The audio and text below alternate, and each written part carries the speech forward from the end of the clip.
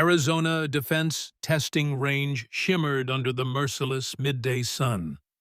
Heat waves distorted the horizon, creating a mirage effect that made the distant mountains appear to dance. 13 men stood in a row, all elite snipers with years of combat experience, faces etched with frustration.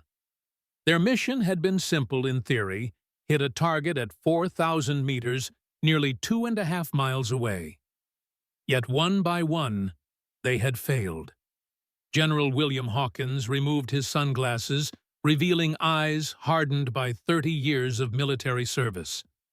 The Desert Storm veteran's jaw tightened as he surveyed the assembled marksmen. These were the best America had to offer, men who could place a bullet through a playing card at 1,000 meters. But today they had all fallen short. "Anyone else want to try?" The general's voice carried across the silent range more challenge than question. No one moved.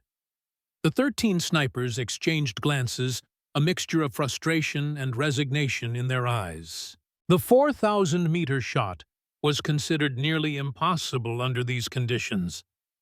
The silence stretched uncomfortably long. "I would like to try, sir." The voice, female and steady, cut through the tension. All heads turned toward the logistics tent. A woman stepped forward, 32 years old, average height, brown hair pulled back in a regulation bun. Captain Alexis Reed wore a standard utility uniform with no special insignia, just the shoulder patch marking her as part of the base's logistics division. Laughter erupted from several of the men. Captain Maxwell Crawford, a decorated former Navy SEAL with a chiseled physique and the confident bearing of a man accustomed to being the best, made no attempt to hide his smirk. "The coffee lady wants to show us how it's done," Crawford said loud enough for everyone to hear. Alexis didn't react, her expression remaining neutral as she approached the firing line. She moved with a quiet economy, no wasted motion.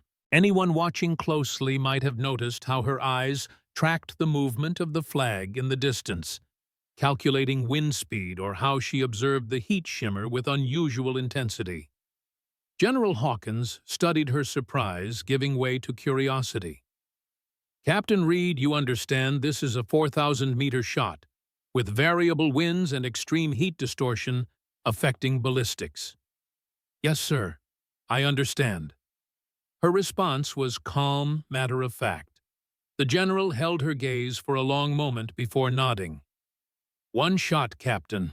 Make it count."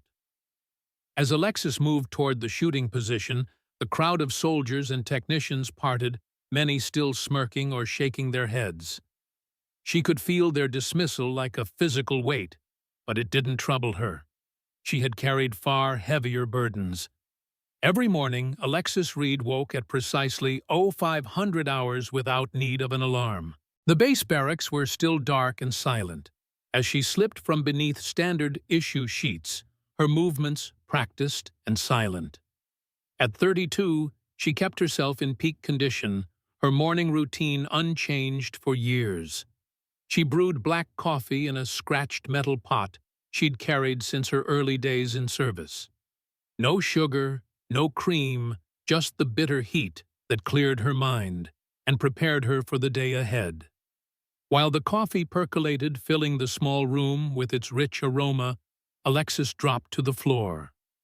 100 push-ups, 100 sit-ups, advanced stretching exercises that pulled at old scars nobody ever asked about. Her body moved through the familiar patterns, while her mind remained calm, centered. Some might call it meditation. Alexis just considered it necessary. From beneath her bunk, she retrieved a worn rifle case. Inside rested an M210 sniper rifle officially decommissioned 3 years ago. The weapon wasn't registered to her anymore. She field-stripped it every morning, cleaning each component with meticulous care, reassembling it in under 4 minutes. Her fingers knew every pin, every spring, every surface. The ritual kept her skills sharp, even if she never expected to use them again. She drank her coffee, standing at the window, watching the sun rise over the distant mountains. The rifle sat on her bed, gleaming in the early light. By 600 hours, she was dressed and walking across the training grounds toward the logistics office, where she spent her days managing supply chains and ammunition inventories. Not glamorous, not combat, just necessary work that kept the base functioning. What Alexis didn't know was that someone had been watching her morning ritual. Colonel James Blackwood, a grizzled 68-year-old former Green Beret, who now served as a special consultant to the base commander, had noticed her precision during an early morning walk. Something about the way she moved, the disciplined economy of her motions, had caught his professional eye. Blackwood had fought in theaters across the world, and he recognized the movements of a predator when he saw them. He had watched through her partially open window as she field-stripped that rifle with practiced perfection. The colonel made a mental note but said nothing. In his experience, everyone had secrets. Some were worth discovering. Others were best left buried. At the ammunition depot where Alexis worked, respect was hard to come by. The younger soldiers viewed logistics personnel as support staff, not real warriors. A group jogged past young men with fresh buzz cuts and loud laughs. "Hey, coffee lady, got any donuts today?" one called out. Another joined in, making a crude joke about how she could stock his ammunition any time. Alexis didn't react, just continued walking, boots crunching on gravel. But her eyes, had anyone been watching closely tracked movement, like a predator? She noticed the slight limp in the third soldier's left leg, the way the fourth favored his right shoulder. She estimated wind speed from the flag's angle, calculated distance to the firing range from the echo of practice shots. She noticed everything catalogued, it stored it away. Old habits. When a new recruit dropped a crate of mixed ammunition bullets scattering across the concrete, Alexis crouched beside him. Without speaking, she sorted the rounds by caliber, weight, and manufacturer in under 30 seconds. "How did you do that so fast?" the recruit asked, amazed. "Physics," Alexis replied, simply, standing to dust off her hands. Staff Sergeant Richard Martinez had been watching from the doorway. The weathered weapons specialist, nearing retirement age, with hands calloused from decades of assembling and maintaining firearms, narrowed his eyes. What he'd just witnessed wasn't random skill. That was training. Deep training. Later that day, Martinez approached Alexis as she inventoried a shipment of rifle parts. He waited until the other personnel had left the storage area before speaking. "I never thought I'd see Shadow One counting bullets," he said quietly. Alexis froze for just a fraction of a second before continuing her count. "I don't know what you're talking about, Sergeant." Martinez stepped closer. "Afghanistan, 2011. Operation Desert Phantom. I was support staff for the extraction team. I never saw your face, but I heard the radio chatter. 38 confirmed kills from distances nobody thought possible. You were a ghost, a legend." Alexis finally looked up from her clipboard, her expression carefully neutral. "That person doesn't exist anymore." Martinez studied her face, then nodded slowly. "Fair enough. We all have our reasons for moving on." He turned to leave, then paused. "For what it's worth, Captain, those boys you saved in Kandahar, many of them have families now. Children who wouldn't exist if not for you." After Martinez left, Alexis stood motionless among the shelves of ammunition and weapon parts. Her mind flashed back to another time, another place. Afghanistan, 2011. The ghillie suit covering her body as she lay motionless for 18 hours, tracking targets through her scope. The sand that worked its way into everything. The weight of responsibility, knowing her team's lives depended on her accuracy. She blinked the memory away and returned to her inventory. That life was behind her now, or so she thought. Colonel Blackwood sat across from Martinez in the officers' mess hall later that day, both men nursing cups of coffee as they spoke in low tones. "You're sure it's her?" Blackwood asked. Martinez nodded. "Positive. The way she handled those rounds this morning, nobody develops that kind of precision without years of specialized training. And her eyes, she's always calculating, always aware. Classic sniper mentality. Her record says she transferred from Army intelligence 3 years ago. Nothing about special operations. You know how it works with those ghost units, Colonel. Their real service records are buried so deep, even God would need a security clearance to read them." Blackwood frowned thoughtfully. "What happened to her team, the Desert Phantom Unit?" Martinez's expression darkened. "Kabul 2014. Bad intelligence led them into a trap. 4 operatives killed. She was the only survivor, providing cover fire for nearly an hour before extraction arrived. After that, she disappeared from combat roles entirely." The colonel sat back, considering this information. "And now she counts bullets in a warehouse. Seems like a waste of exceptional talent." "Some wounds don't heal, sir, especially the ones nobody can see." The next day, Colonel Blackwood approached Alexis as she ate lunch alone in the corner of the mess hall. Without asking permission, he set his tray down across from her and took a seat. "Mind if I join you, Captain Reed?" Alexis looked up, surprised to find the senior officer at her table. "Of course not, sir." Blackwood took a sip of his coffee, studying her over the rim of his cup. "How are you finding logistics work? Must be quite a change from your previous assignments." "It's necessary work, sir. Someone has to make sure the bullets go where they're needed." "Indeed," Blackwood nodded. "I've always believed that supply chains win wars just as surely as brave men with guns." He paused, choosing his next words carefully. "Special skills have a way of finding use, Captain, even when we try to leave them behind." Alexis's fork paused halfway to her mouth. "I'm not sure what you mean, sir." Blackwood smiled slightly. "I was a sniper instructor at Fort Benning back in the 80s, deployed with the first wave into Panama during Just Cause. I can recognize a shooter's hands, Captain. The way you hold your fork, control your breathing. Some things become part of you." For several seconds, Alexis said nothing. Then, very quietly, "With respect, Colonel, some skills are better left unused." "Perhaps." Blackwood leaned forward slightly. "Did you know I trained Lieutenant Jake Sullivan back before he joined Special Forces? Exceptional spotter. One of the best students I ever had." The name hit Alexis like a physical blow. She controlled her reaction, but Blackwood caught the momentary tightening around her eyes. He had confirmed his suspicion. "Sullivan was my commanding officer in Afghanistan," she finally admitted.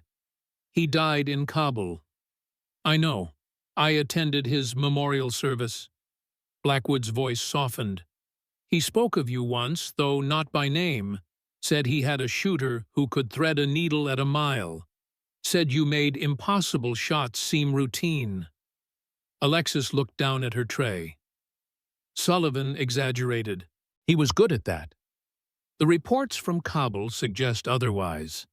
Blackwood waited until she looked up again. "Sometimes, Captain Reed, to save others, we must return to the very things that frighten us most."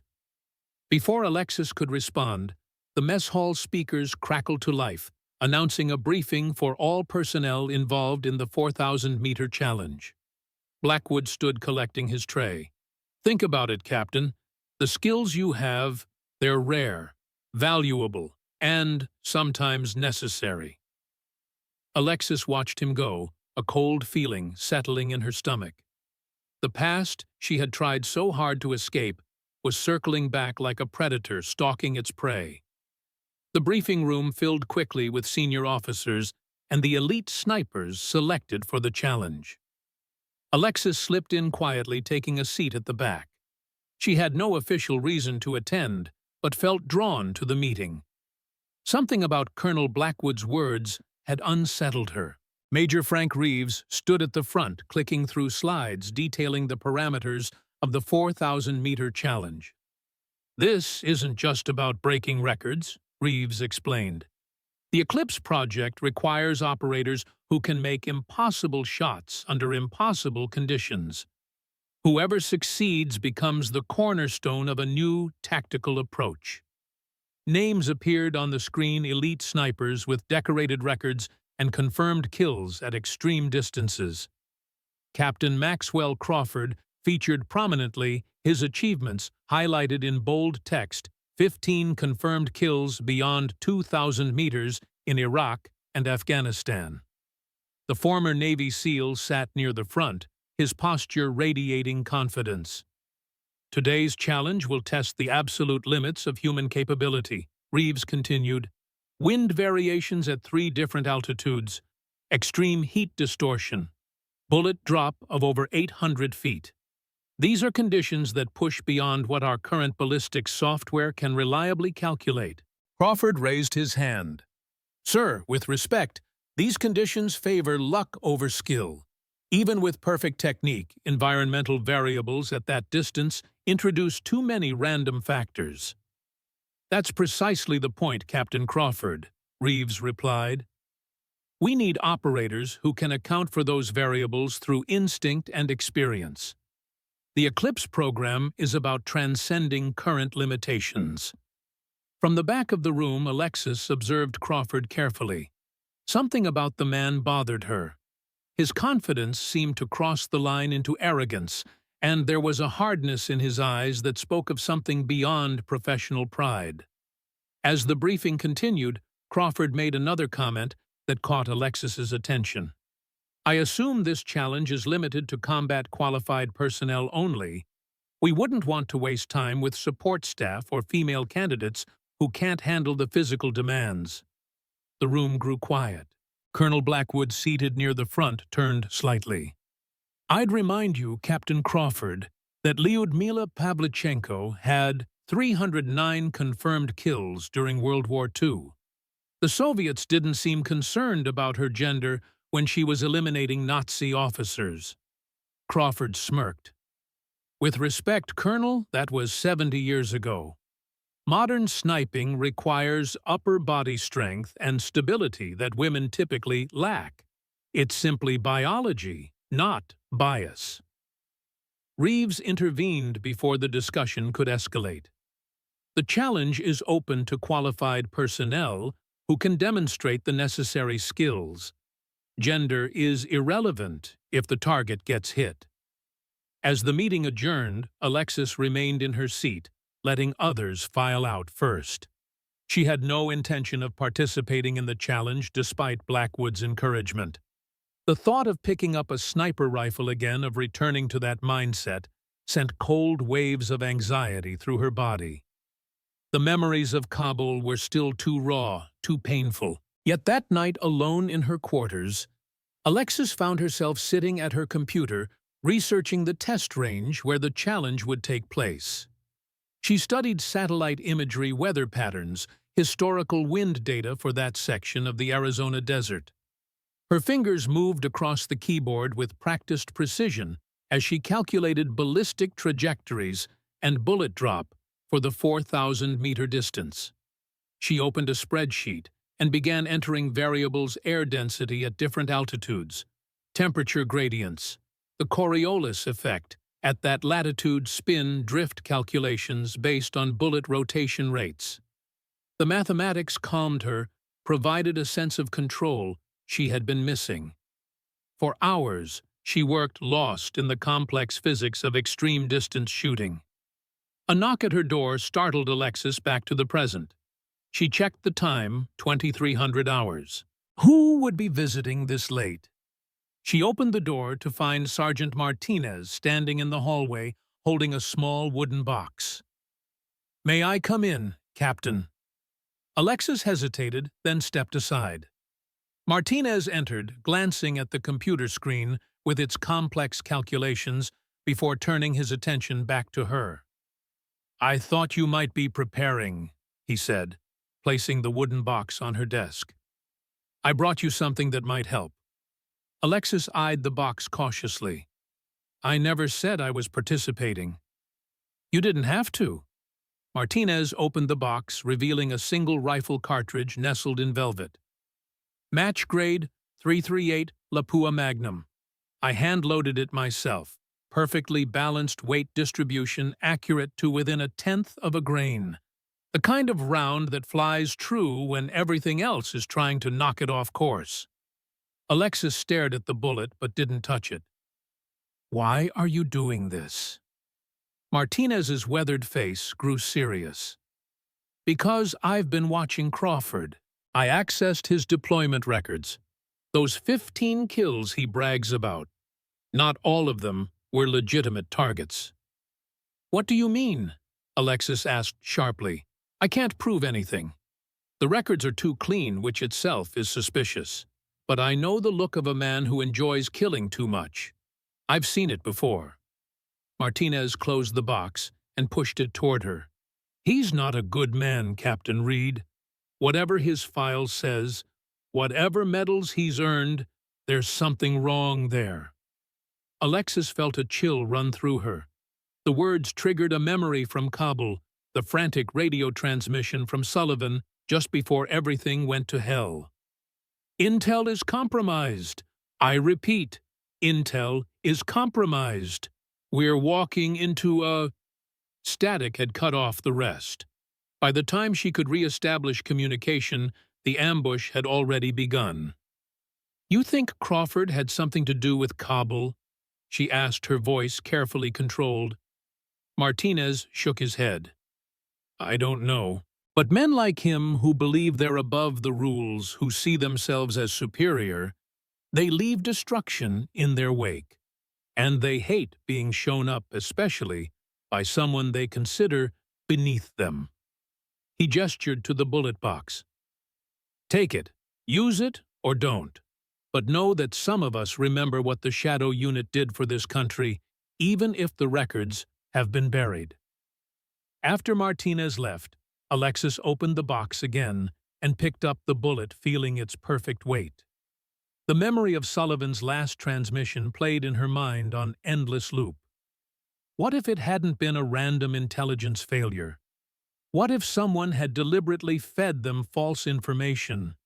The thought burned in her mind, igniting something she had tried to suppress for years, the need to know the truth. She returned to her computer with renewed focus, but now she wasn't just calculating ballistics. She began searching for connections between Crawford and the intelligence channels that had supported the Kabul operation.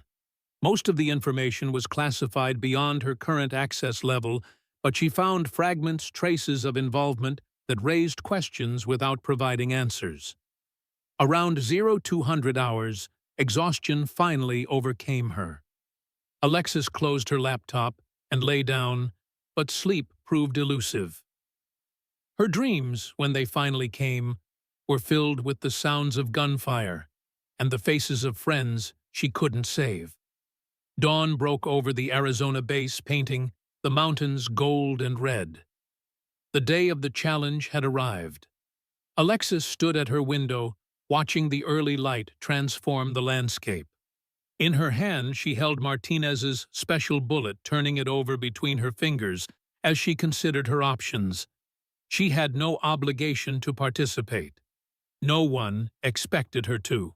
She could continue her quiet life in logistics, managing inventories and supply chains, gradually distancing herself from the person she had once been. It would be the safer choice, the more comfortable path. But as Colonel Blackwood had said, some skills found their use whether you wanted them to or not. And some questions demanded answers. Alexis placed the bullet in her pocket and began to prepare. Whatever happened today would change things.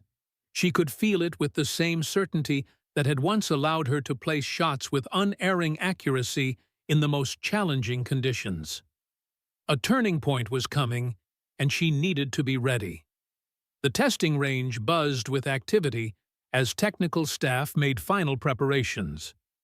Monitoring equipment had been set up to track atmospheric conditions and record ballistic data.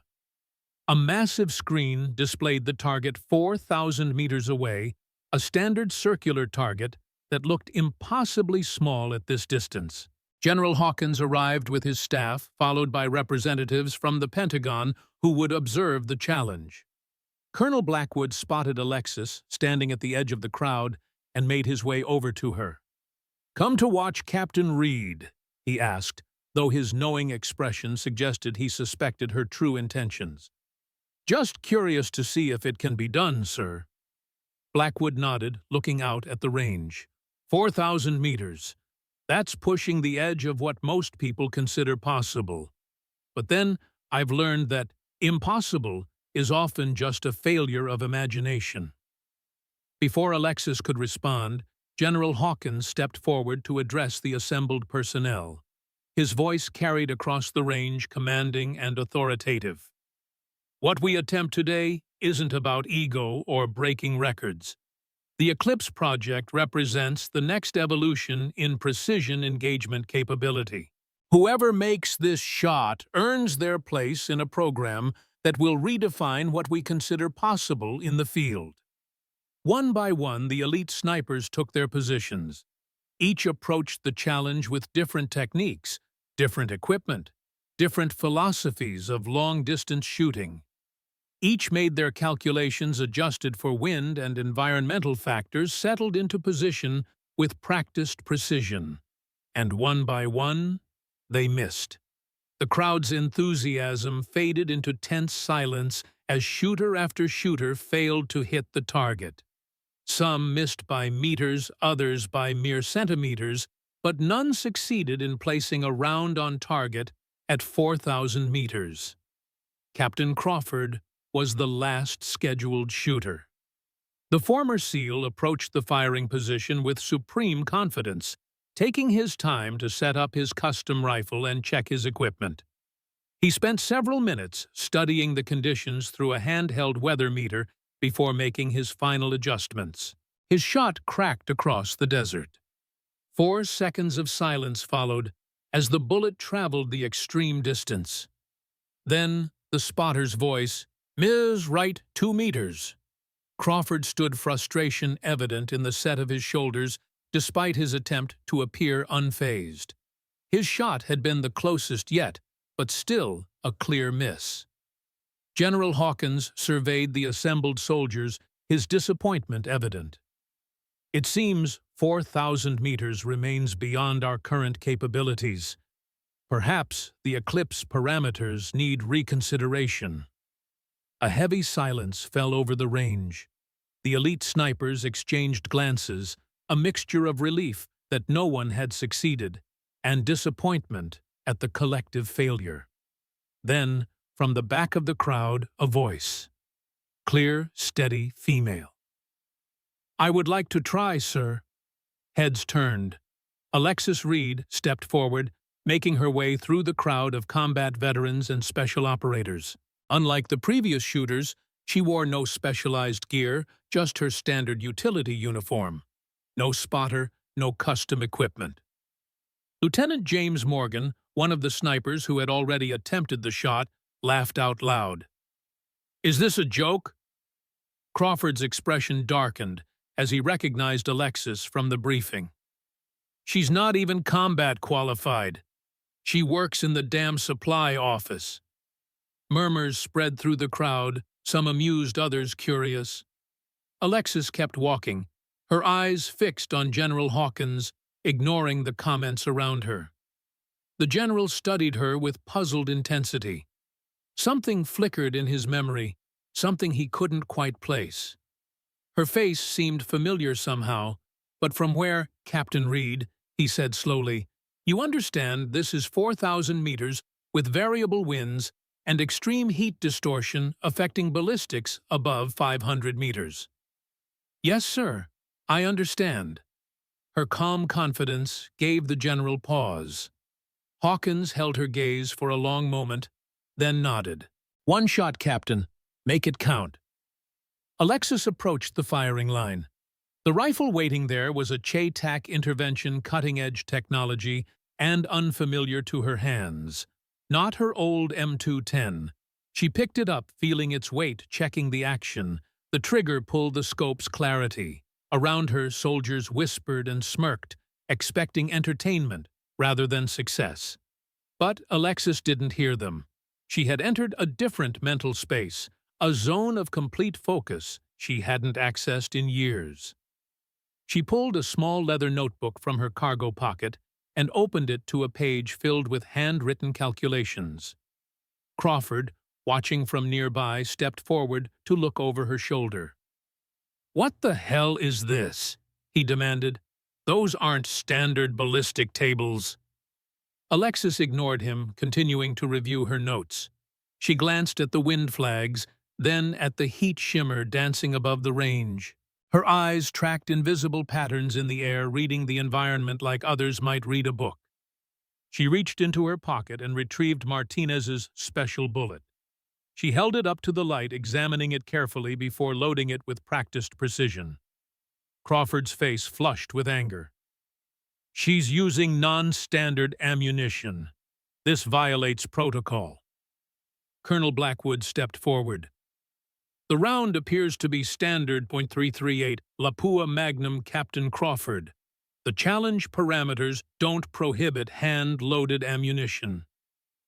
"This is ridiculous," Crawford muttered, but stepped back as General Hawkins waved him away. Alexis settled behind the rifle, adjusting the stock, checking the scope. The sun beat down, sweat forming on brows around her, but Alexis's breathing remained steady, controlled. Her heart rate dropped to 59 beats per minute through conscious control, a technique she had mastered years ago in the Hindu Kush Mountains. The wind shifted slightly. Without using instruments, Alexis adjusted her scope, adding 0.3 milliradians to account for the change. Her finger found the trigger, resting lightly against it without applying pressure. The world narrowed to a single point 4,000 meters away. Everything else dissolved: the crowd, the whispers, the doubt. Only the target existed in her awareness. Her breathing slowed further. In, hold, out, hold. The rhythm she had learned in mountains, where the air was thin and every breath mattered, where one shot meant the difference between mission success and body bags. Through her scope, heat waves danced like ghosts, distorting the target. The circular target wavered, affected by temperature gradients and atmospheric interference. It wasn't where it appeared to be. Physics lied at this distance, but Alexis knew how to read the lies. Wind speed 14.3 miles per hour, gusting to 15 direction northeast, shifting. That meant deflection right, but the gust would create vertical drift. Compensate left by 1.8 meters, down by 0.4. Temperature 96 degrees Fahrenheit. Air pressure 30.12 inches of mercury. Humidity 18%. She didn't need instruments. Her body read the environment through years of training and experience. Bullet drop at 4,000 meters, approximately 819 feet. Flight time 3.8 seconds at this velocity. Coriolis effect. The Earth's rotation would push the bullet right at this latitude. That's roughly 6 millimeters. Adjust left. Spin, drift.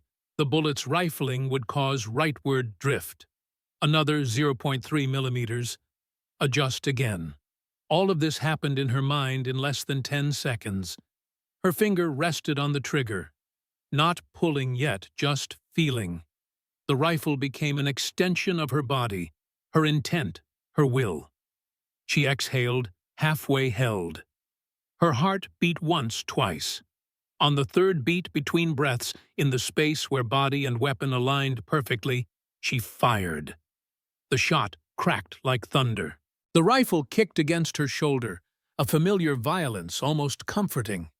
The bullet left the barrel at 3,000 feet per second, spinning at 200,000 rotations per minute. A tiny missile carrying her intent across 2.5 miles of air. The crowd watched, frozen. The bullet climbed, then began its long arc downward. Wind caught it, pushed it right, but Alexis's adjustments held. Gravity pulled, but her calculations predicted this. Time stretched. 3.8 seconds felt like an eternity. Then the faint sound of metal on metal carried across the range. Through the spotting scope, the observer whispered, "Impact," then louder. "Impact, dead center." The crowd erupted, but Alexis didn't react. She engaged the safety set, the rifle down, carefully removed her hearing protection. Her hands remained steady, her expression calm. General Hawkins stepped forward, staring at the screen displaying the target. The bullet hole was perfectly centered, perhaps the cleanest shot he'd ever witnessed at this range. "How?" he said quietly, though his voice carried in the sudden hush. "How did you make that correction?" Alexis met his eyes. "Physics, sir. Wind right to left, 14.3 miles per hour average with gusts. Temperature at 96 degrees creates mirage effect at 600 meters. Compensated left 1.8 meters down, 0.4. Standard ballistics." Lieutenant Morgan's face paled. "There's nothing standard about that shot." Alexis's expression didn't change. "It's just math and practice." "Where did you get that practice, Captain Reed?" Hawkins asked, his expression intensifying as he studied her face. Alexis hesitated just for a moment. Then she said, "Afghanistan, sir, 2011, Operation Desert Phantom." The general went still. Recognition dawned in his eyes. "I was your overwatch in Kandahar province," Alexis added quietly. Memory flooded back to Hawkins. His team pinned down in a compound, taking fire from 3 positions. They were going to die there. Then from some impossible distance, enemy shooters started dropping. 1, 2, 3. Perfect headshots from a sniper they never saw. Command told him later it was a ghost unit operator. Call sign Viper 1. They never told him it was a woman. "You," Hawkins breathed. "You saved my entire team." Alexis nodded once, a simple acknowledgement of the truth. The crowd had gone silent again, but this time it was different. This wasn't skepticism, it was awe. These combat-hardened men and women suddenly realized they were in the presence of a legend, a ghost they had heard whispered about, but never expected to meet. General Hawkins did something rare for him. He smiled, genuine and warm with respect. He straightened, snapping a crisp salute. "Welcome back, Viper 1." Alexis returned the salute, precise and perfect. Around them slowly the other soldiers began to applaud, not mocking, not surprised, but with genuine respect. The sound echoed across the desert like distant thunder, a tribute to skill that transcended expectations and preconceptions. Crawford stood apart from the celebration, his face a mask of controlled fury. His gaze locked onto Alexis with undisguised hatred. In that moment, something passed between them, a silent acknowledgement of conflict to come. Alexis felt it, recognized it. The past she had tried to escape was rushing toward her like a bullet in flight. But this time, she wouldn't run. This time she would face it, head on. Because some questions demanded answers, and some debts could only be paid in truth. The morning of the challenge transformed the Arizona Defense Testing Range into a theater of anticipation. The sun ascended relentlessly into a cloudless sky, pushing the temperature past 90 degrees before 900 hours. Heat waves rippled across the landscape, creating the very distortions that had defeated 13 expert marksmen just the day before. A crowd 3 times larger than expected gathered at the observation area. Word had spread about the logistics officer who volunteered to attempt what elite snipers could not. Most came expecting to witness an embarrassing failure. A few harbored quiet hope for a miracle. None were prepared for what they would actually see. General Hawkins arrived with a delegation of Pentagon officials, men in pressed uniforms, adorned with rows of ribbons and stars, who spoke in hushed tones about Project Eclipse. 4,000 meters represented more than just distance. It represented the edge of human capability, the frontier where technology and flesh met their mutual limitations. Gentlemen, what we're attempting today may seem impossible. Hawkins addressed the group as technicians made final adjustments to monitoring equipment. But impossible is often just a word we use for what hasn't been done yet. A massive digital screen displayed the target positioned exactly 4,000 meters from the firing line. To the naked eye, it appeared as nothing more than a speck against the desert backdrop. Through high-powered spotting scopes, observers could make out the standard circular target, its center seeming to waver in the heat distortion. Colonel Blackwood stood off to the side, watching Alexis Reed as she approached the staging area. She walked with quiet purpose, her gait measured and controlled. He recognized the expression on her face, not nervousness, but the focused calm of a predator assessing terrain. Captain Maxwell Crawford monitored her arrival with barely concealed disdain. The former Navy SEAL stood surrounded by fellow special operators, gesturing emphatically as he explained why the shot was mathematically impossible. Even with perfect conditions which we don't have, the variables exceed predictable calculation, Crawford said. Wind speed varies at 3 different elevations between here and target. Temperature gradients create unpredictable bullet lift. And that's before we factor in Coriolis effect and spin drift. Then why are we here? Asked a young lieutenant. Because Hawkins needs to justify his pet project, Crawford replied, lowering his voice. Eclipse has already burned through 60 million in development. The shot can't be made consistently, not by man or machine. The conversation died as Alexis walked past. Crawford straightened, calling out to her with mock friendliness. Planning to show us all how it's done, Captain Reed. Alexis stopped, turning to face him with composed dignity. Just trying my best like everyone else? Some advice. Crawford stepped closer, his voice dropping to ensure only she could hear. When you miss, and you will miss, accept it gracefully. Real shooters respect those who know their limitations. She met his gaze without flinching. I'll keep that in mind. The interaction didn't go unnoticed.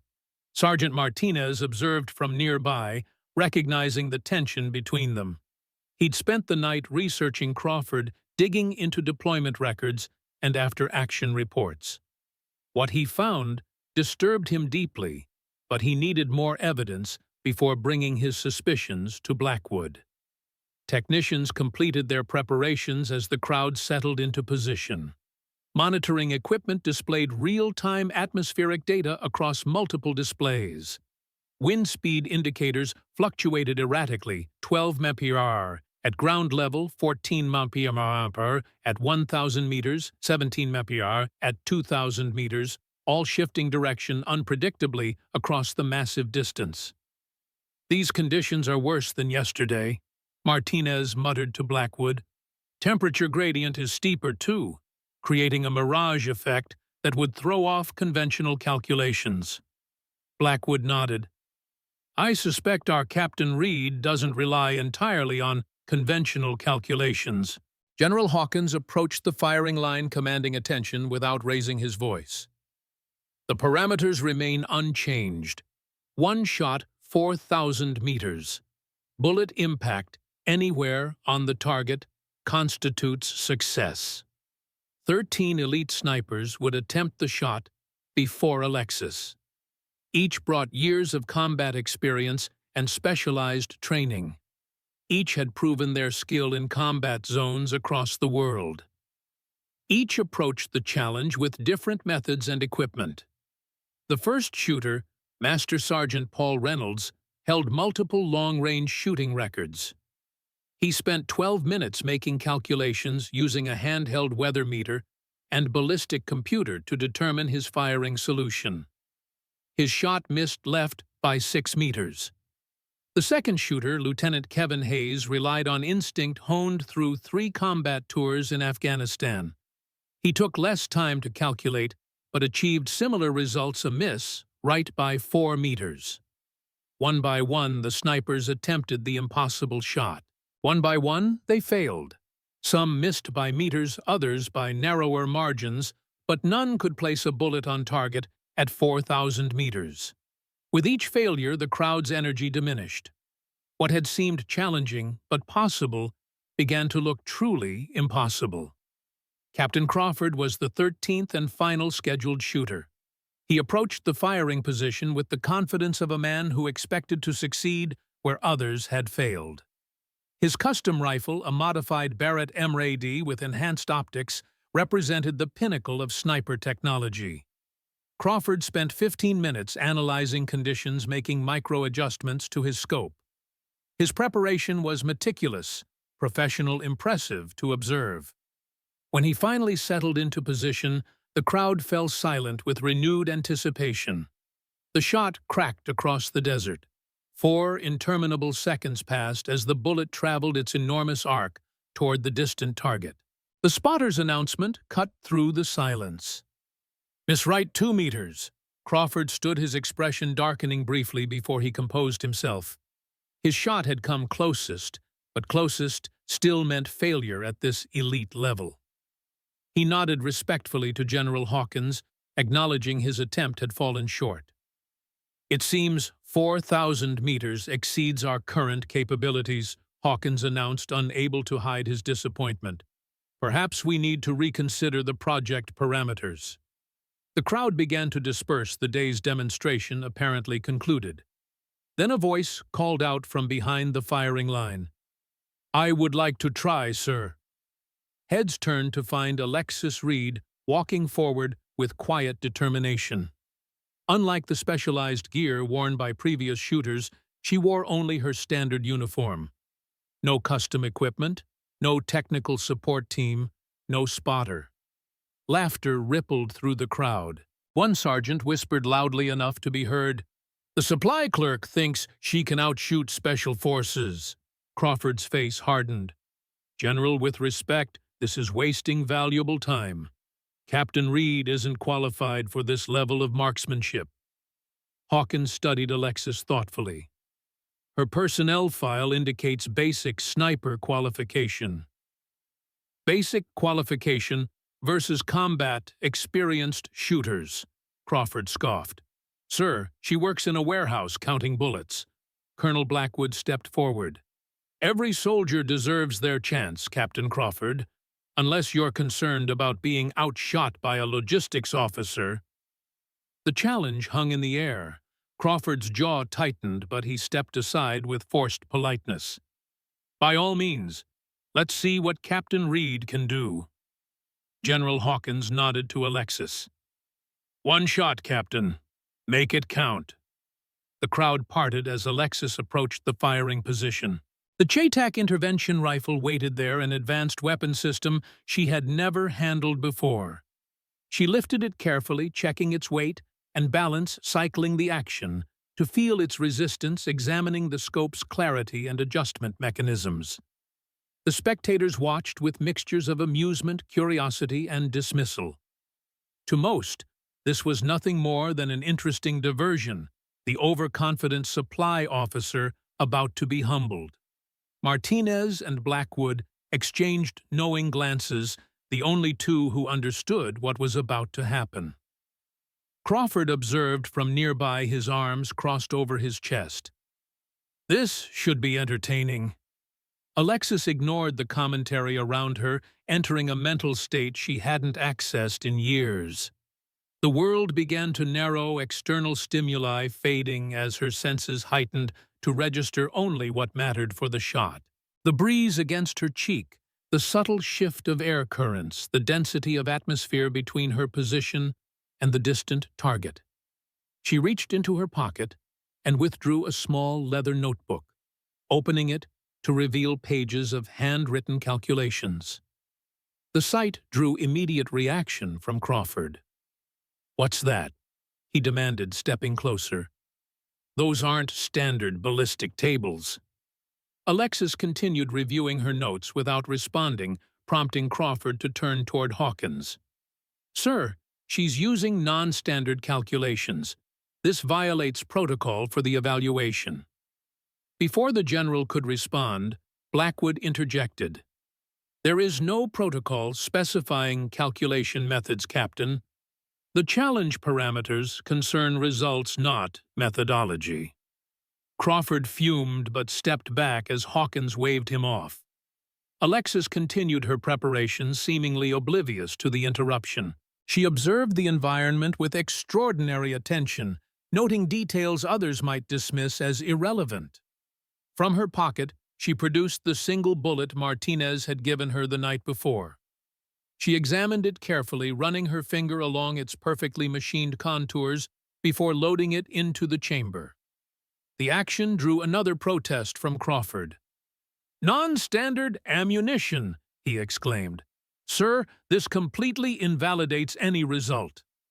A range officer stepped forward to examine the round. "Standard .338 Lapua Magnum match grade, within regulation parameters."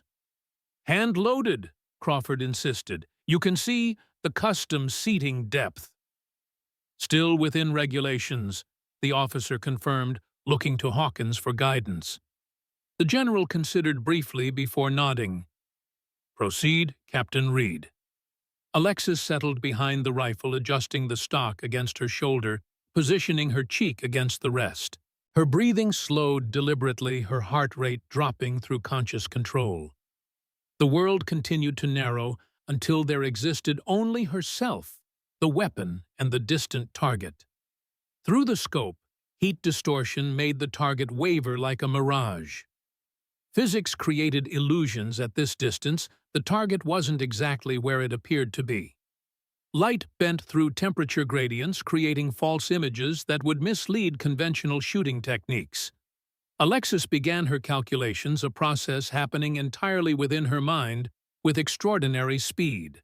Wind speed, 14.3 miles per hour from right to left, gusting to 15. Temperature, 96 degrees Fahrenheit, creating mirage effect at approximately 600 meters. Humidity, 18%.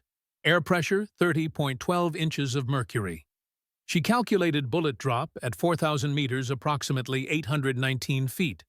Flight time, 3.8 seconds at this velocity. She compensated for the Coriolis effect. The Earth's rotation would push the bullet right at this latitude by roughly 6 millimeters. Spin drift from the bullet's rifling would cause additional rightward drift of about 0.3 millimeters. All these calculations, which would take others minutes with specialized equipment, occurred in Alexis's mind in seconds, a product of thousands of hours of practice and an almost supernatural connection to the physics of ballistic flight. Her finger rested lightly on the trigger, not yet applying pressure. The rifle became an extension of her body, a conduit for her will. She exhaled halfway and held, waiting for the perfect moment between heartbeats.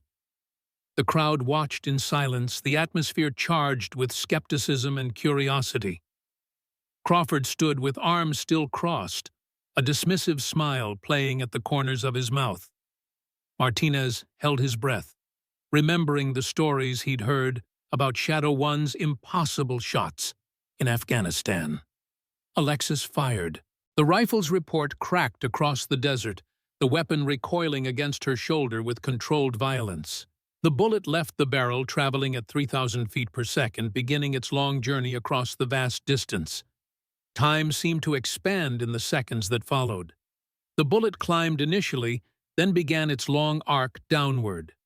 Wind currents pushed against its metal form, gravity pulled it toward Earth, heat waves distorted its path. Physics applied its immutable laws to the projectile's flight. For 3.8 seconds, no one breathed. For 3.8 seconds, the world paused. Then came the distant metallic ping of bullet striking target. Through his spotting scope, the range officer's voice came first as a whisper of disbelief. "Impact!"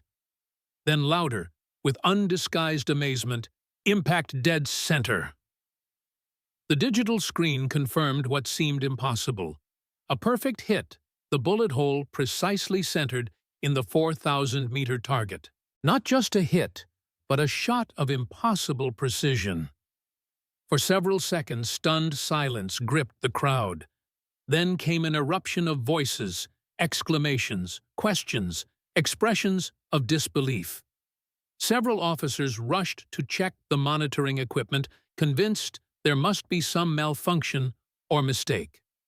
Alexis remained calm, engaging the rifle's safety before setting it down with practiced care. She stood removing her hearing protection with no outward display of emotion. Only the slight relaxation of her shoulders revealed any reaction to her achievement. General Hawkins approached his expression, a mixture of astonishment and dawning recognition. "How?" he asked, the single word carrying volumes of meaning. "How did you calculate that shot with such precision?" Alexis met his gaze directly. "Physics, sir. Wind from right to left at 14.3 miles per hour, average gusting to 15. Temperature at 96 degrees Fahrenheit, creating mirage effect at approximately 600 meters. I compensated left 1.8 meters down 0.4 meters. Standard ballistics." Lieutenant Hayes, one of the failed shooters, shook his head in disbelief. "There's nothing standard about that calculation. Those adjustments are beyond what our ballistic computers predicted." "The computers don't account for all variables," Alexis replied simply. "It's just mathematics and practice." "Where exactly did you receive this practice, Captain Reed?" Hawkins pressed, studying her with new intensity. Alexis hesitated briefly, weighing her response. Then, with quiet certainty, "Afghanistan, sir, 2011, Operation Desert Phantom." The words hung in the air between them. Hawkins's expression shifted as memory stirred. "Desert Phantom," he repeated slowly. "Kandahar Province." "Yes, sir," Alexis confirmed. "I was your overwatch." Recognition dawned fully in the general's eyes. His team had been pinned down in a village compound surrounded by hostiles firing from multiple positions. They were minutes from being overrun when enemy combatants began dropping with precision headshots from an unseen sniper. 3 confirmed kills in less than 30 seconds, all from extreme distance. Hawkins had later been told only that a specialized asset with the call sign Viper 1 had provided critical support. He'd never learned the sniper's identity, never imagined it was the woman standing before him now. "You saved my entire team," he said, his voice thick with sudden emotion. 43 men walked out of that village because of you." Alexis nodded once, a simple acknowledgement of fact. "Just doing my job, sir." Around them the crowd had fallen silent again, but with a different quality now, not disbelief, but reverence. They were witnessing the revelation of a ghost, a legend made flesh. The whispers began spreading outward. Viper 1, Desert Phantom, 38 confirmed kills, impossible distances. General Hawkins straightened, bringing himself to attention. Then, with deliberate formality, he raised his hand in a crisp salute. "Welcome back, Viper 1. Alexis returned the salute with perfect precision. The gesture carried weight, beyond mere military protocol. It was recognition, acknowledgement, respect, earned through extraordinary service. Around them, other soldiers began to applaud the sound building to a crescendo that echoed across the desert range. Only Crawford remained apart from the celebration, his face darkening with poorly concealed fury. Something dangerous flickered in his eyes as he watched Alexis receive the accolades he had expected for himself. The look didn't go unnoticed by Martinez, who made a mental note to keep closer watch on the SEAL. The hours following Alexis's extraordinary shot transformed her status on the base. Soldiers who had previously ignored or dismissed her now approached with respect, often with questions about her technique or experiences. Officers who outranked her nodded deferentially when passing. Word traveled quickly through military channels. The legendary Viper 1 had resurfaced. Alexis accepted this attention with quiet dignity, neither encouraging nor discouraging the sudden interest in her past. Her preference would have been returning to anonymity, to the simple routine of logistics work, but she understood that possibility had vanished the moment she stepped up to the firing line. The evening found her alone in the officers' mess hall, eating dinner while reviewing inventory reports. Despite her achievement, she remained dedicated to her assigned duties. The relative emptiness of the hall suited her. Most officers were attending a formal dinner with the Pentagon visitors, celebrating the successful demonstration that had salvaged Project Eclipse. Colonel Blackwood located her there, sliding into the seat across from her with 2 mugs of coffee. "Thought you might appreciate the real stuff," he said, pushing 1 mug toward her. "Not the burned sludge they serve after 1,800 hours." Alexis accepted the coffee with a nod of thanks. "You're not attending the celebration," Blackwood observed. "The guest of honor, conspicuously absent." "I wasn't invited, sir," she replied. "And I wouldn't have gone regardless. I prefer—" She hesitated, searching for the right word. "Shadows," Blackwood finished for her. "You prefer operating from the shadows. I understand that mentality. Developed it myself over many deployments."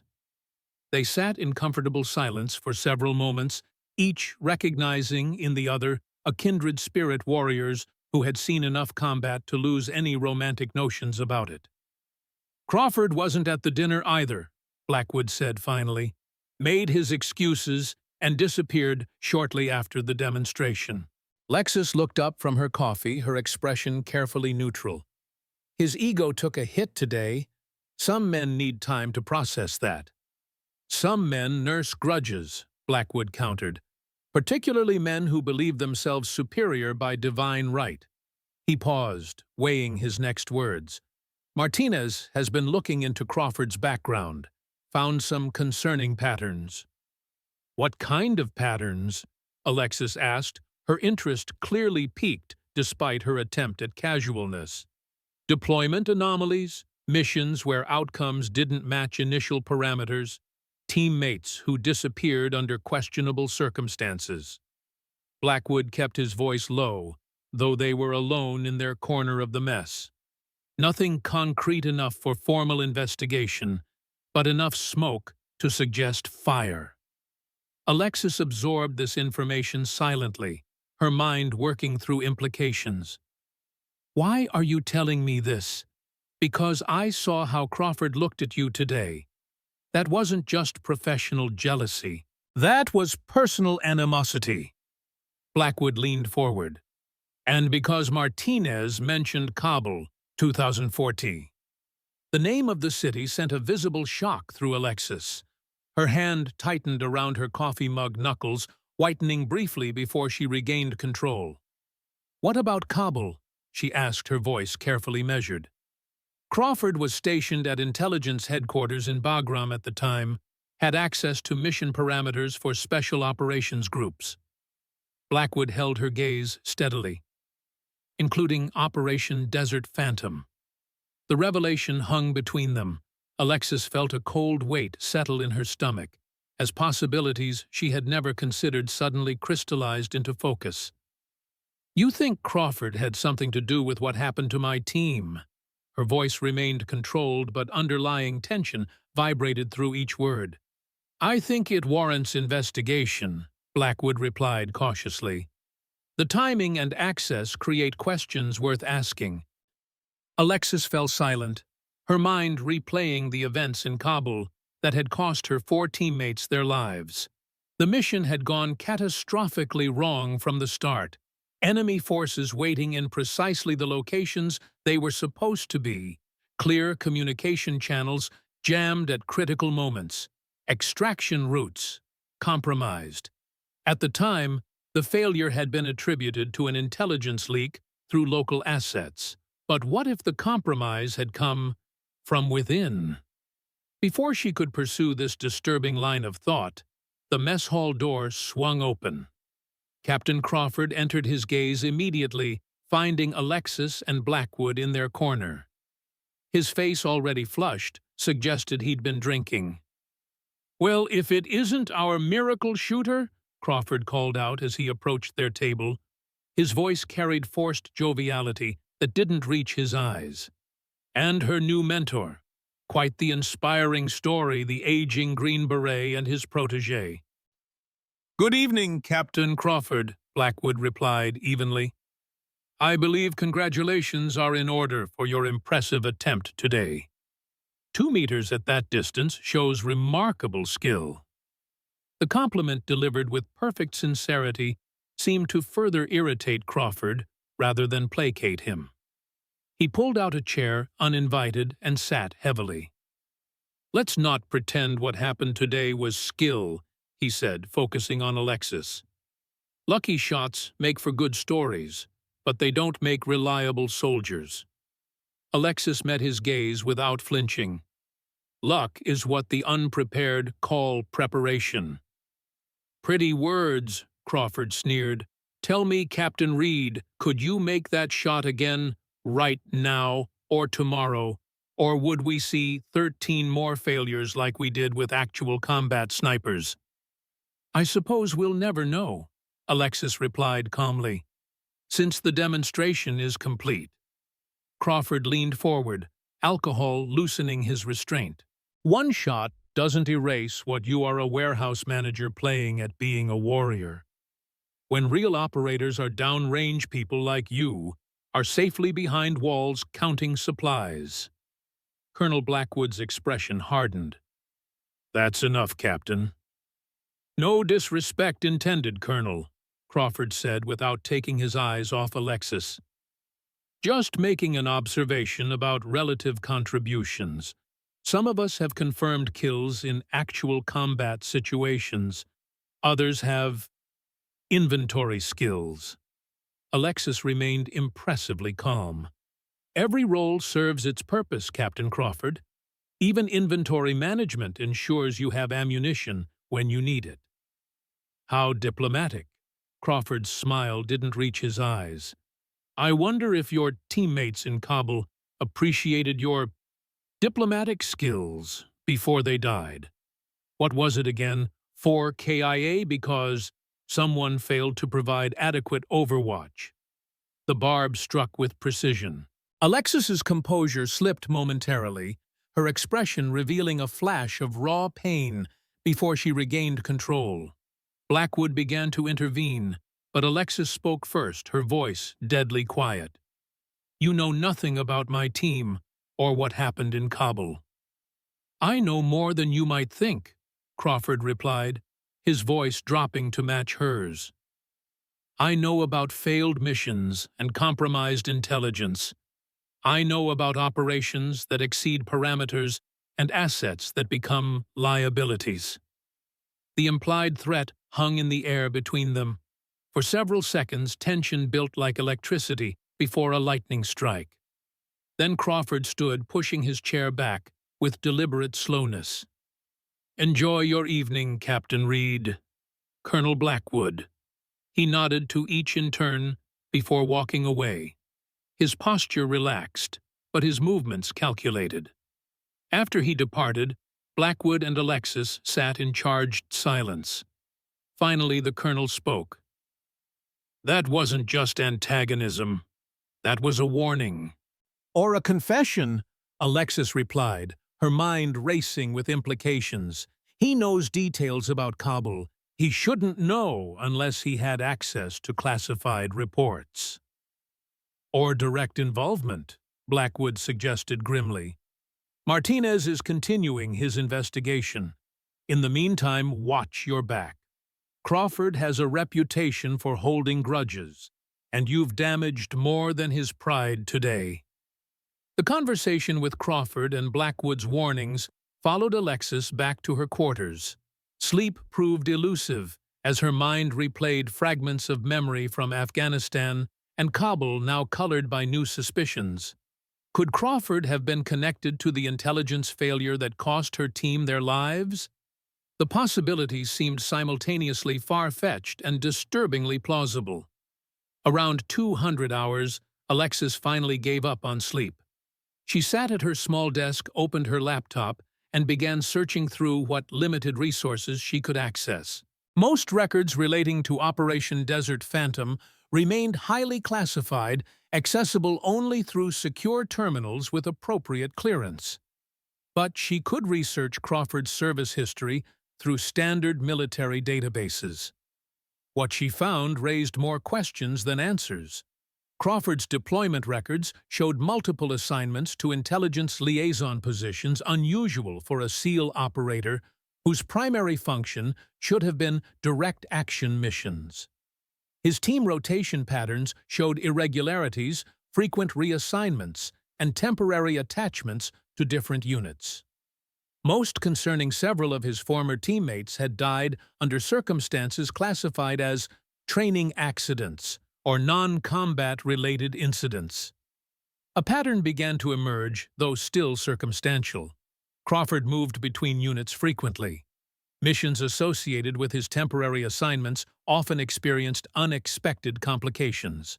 Operators who worked closely with him sometimes disappeared from active rosters shortly afterward.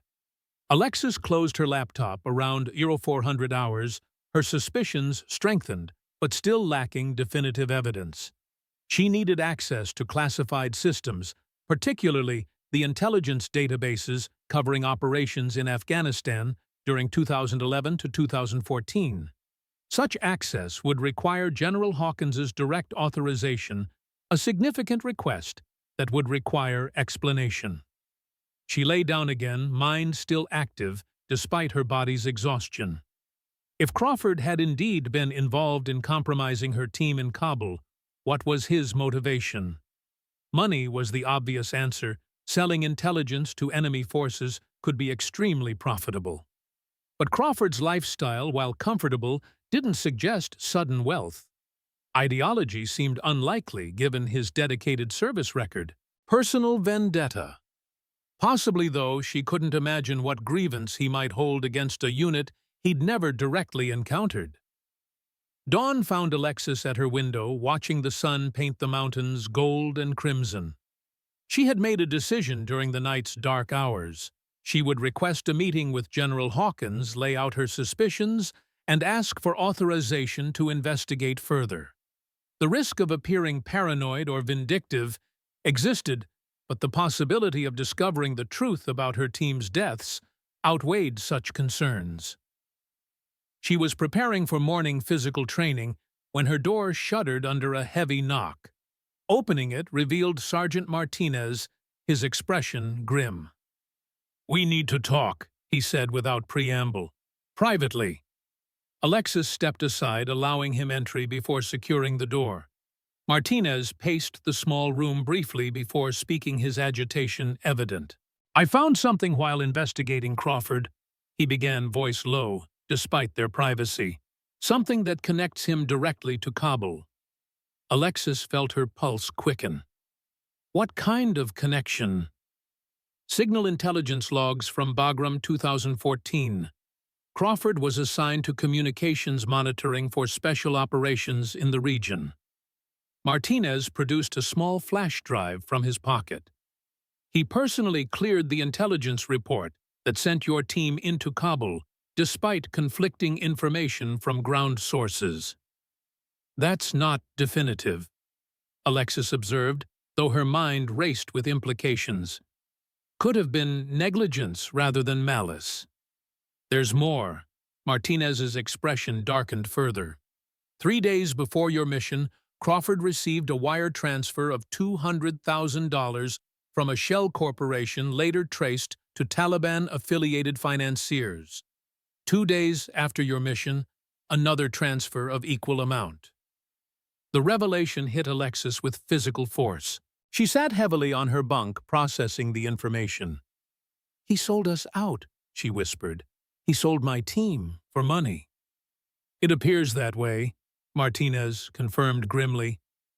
I've only found fragments enough to justify investigation, but not enough to prove criminal intent beyond reasonable doubt.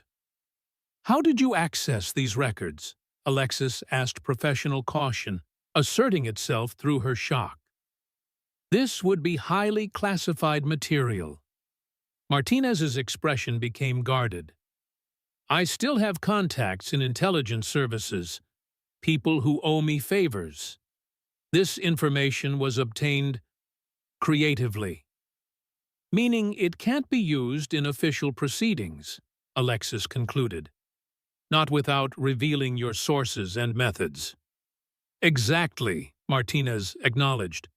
But it gives us direction for official investigation if General Hawkins authorizes it. Alexis nodded slowly, her mind shifting from shock to tactical assessment.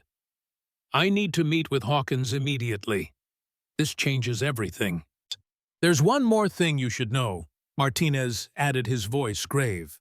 Crawford accessed your personnel file last night using General Hawkins's security credentials. He knows everything that's in your record, including your current residence location and personal details. The implication was clear. Crawford now represented not just a professional rival, but a potential physical threat, a trained operator with motivation and opportunity to cause harm. I'll speak with base security about enhanced measures, Alexis said, though both knew such protections would be limited against someone with Crawford's skills and insider knowledge. Watch your back, Martinez advised unnecessarily. Crawford is cornered and desperate. If he suspects we're investigating him, he'll act preemptively, Alexis finished. I'm familiar with the psychology. After Martinez departed, Alexis completed her morning routine with heightened awareness, constantly scanning her surroundings for potential threats.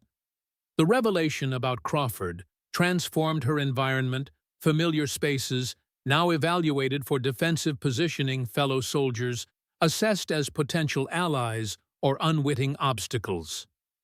She requested an urgent meeting with General Hawkins, only to learn he had departed early that morning for Washington to brief Pentagon officials on Project Eclipse. He wouldn't return for at least 48 hours. Colonel Blackwood had accompanied him, leaving Alexis without her two most likely allies on base. This timing struck Alexis as suspiciously convenient. With Hawkins and Blackwood absent, Crawford had greater freedom of movement and reduced oversight. She considered contacting them in Washington, but hesitated without concrete evidence. Her accusations would seem speculative at best, potentially derailing the Eclipse project at a critical funding stage. Instead, she focused on gathering additional evidence. Using her logistics access, she began tracking Crawford's movements through security checkpoint records and supply requisitions. Nothing immediately suspicious emerged, though she noted he had withdrawn a standard field medical kit and survival supplies that morning, unusual for an officer with no scheduled training exercise. Midday found Alexis in the base archives researching after-action reports from Afghanistan during the relevant period. Most detailed information remained classified, but even redacted reports might provide contextual clues about Crawford's activities. She was so engrossed in this task, she almost missed the reflection in her computer screen. A figure passing the archive doorway for the third time in 15 minutes. She was being watched. Alexis continued her research without visible reaction, but her awareness expanded to track movements around her peripheral vision. Years of sniper training had honed her situational awareness to extraordinary levels. Someone was monitoring her activities with poor technique, obvious surveillance suggesting either amateur skills or deliberate visibility intended to intimidate. Either possibility presented opportunity. Alexis gathered her materials, unhurriedly logged off the system, and departed the archives with casual confidence. As expected, her shadow followed at what they considered a discreet distance. Rather than confronting them directly, she led them on a calculated path through the base, eventually positioning herself to observe her observer from concealment. The surveillance proved amateurish indeed. A junior enlisted man clearly following instructions beyond his training. Alexis recognized him as Private First Class Wilson, one of Crawford's admirers from the sniper section. The young soldier looked uncomfortable with his assignment, constantly checking his surroundings with obvious nervousness. Alexis decided against confrontation. Better to let Crawford believe his surveillance remained undetected while she continued gathering information. She emerged from concealment and resumed her normal routine, allowing Wilson to continue his clumsy shadowing while she considered her next move. The afternoon brought unexpected development. General Hawkins's administrative assistant contacted Alexis, informing her that the general had requested her presence at a classified briefing upon his return. Additionally, she was granted temporary access to secured intelligence terminals for Project Eclipse evaluation purposes. This authorization came directly from Washington. Hawkins must have anticipated her needs even before she expressed them. The development provided both opportunity and concern. Access to classified systems would allow deeper investigation into Crawford's activities, but the timing suggested Hawkins might already suspect problems requiring Alexis's specialized background. Alexis waited until evening before accessing the secured terminal in the intelligence section. Fewer personnel meant reduced observation, allowing greater freedom to explore sensitive databases. Her temporary clearance opened previously restricted files, including detailed reports on Operation Desert Phantom and the disastrous mission in Kabul. For hours, she searched methodically, building a comprehensive timeline of events. Crawford's involvement became increasingly evident. His name appeared as Intelligence Verification Officer on multiple operation plans, including the fatal Kabul mission. His role provided perfect positioning to manipulate information. Subtle changes to satellite imagery, slight alterations to reconnaissance reports modified terrain assessments.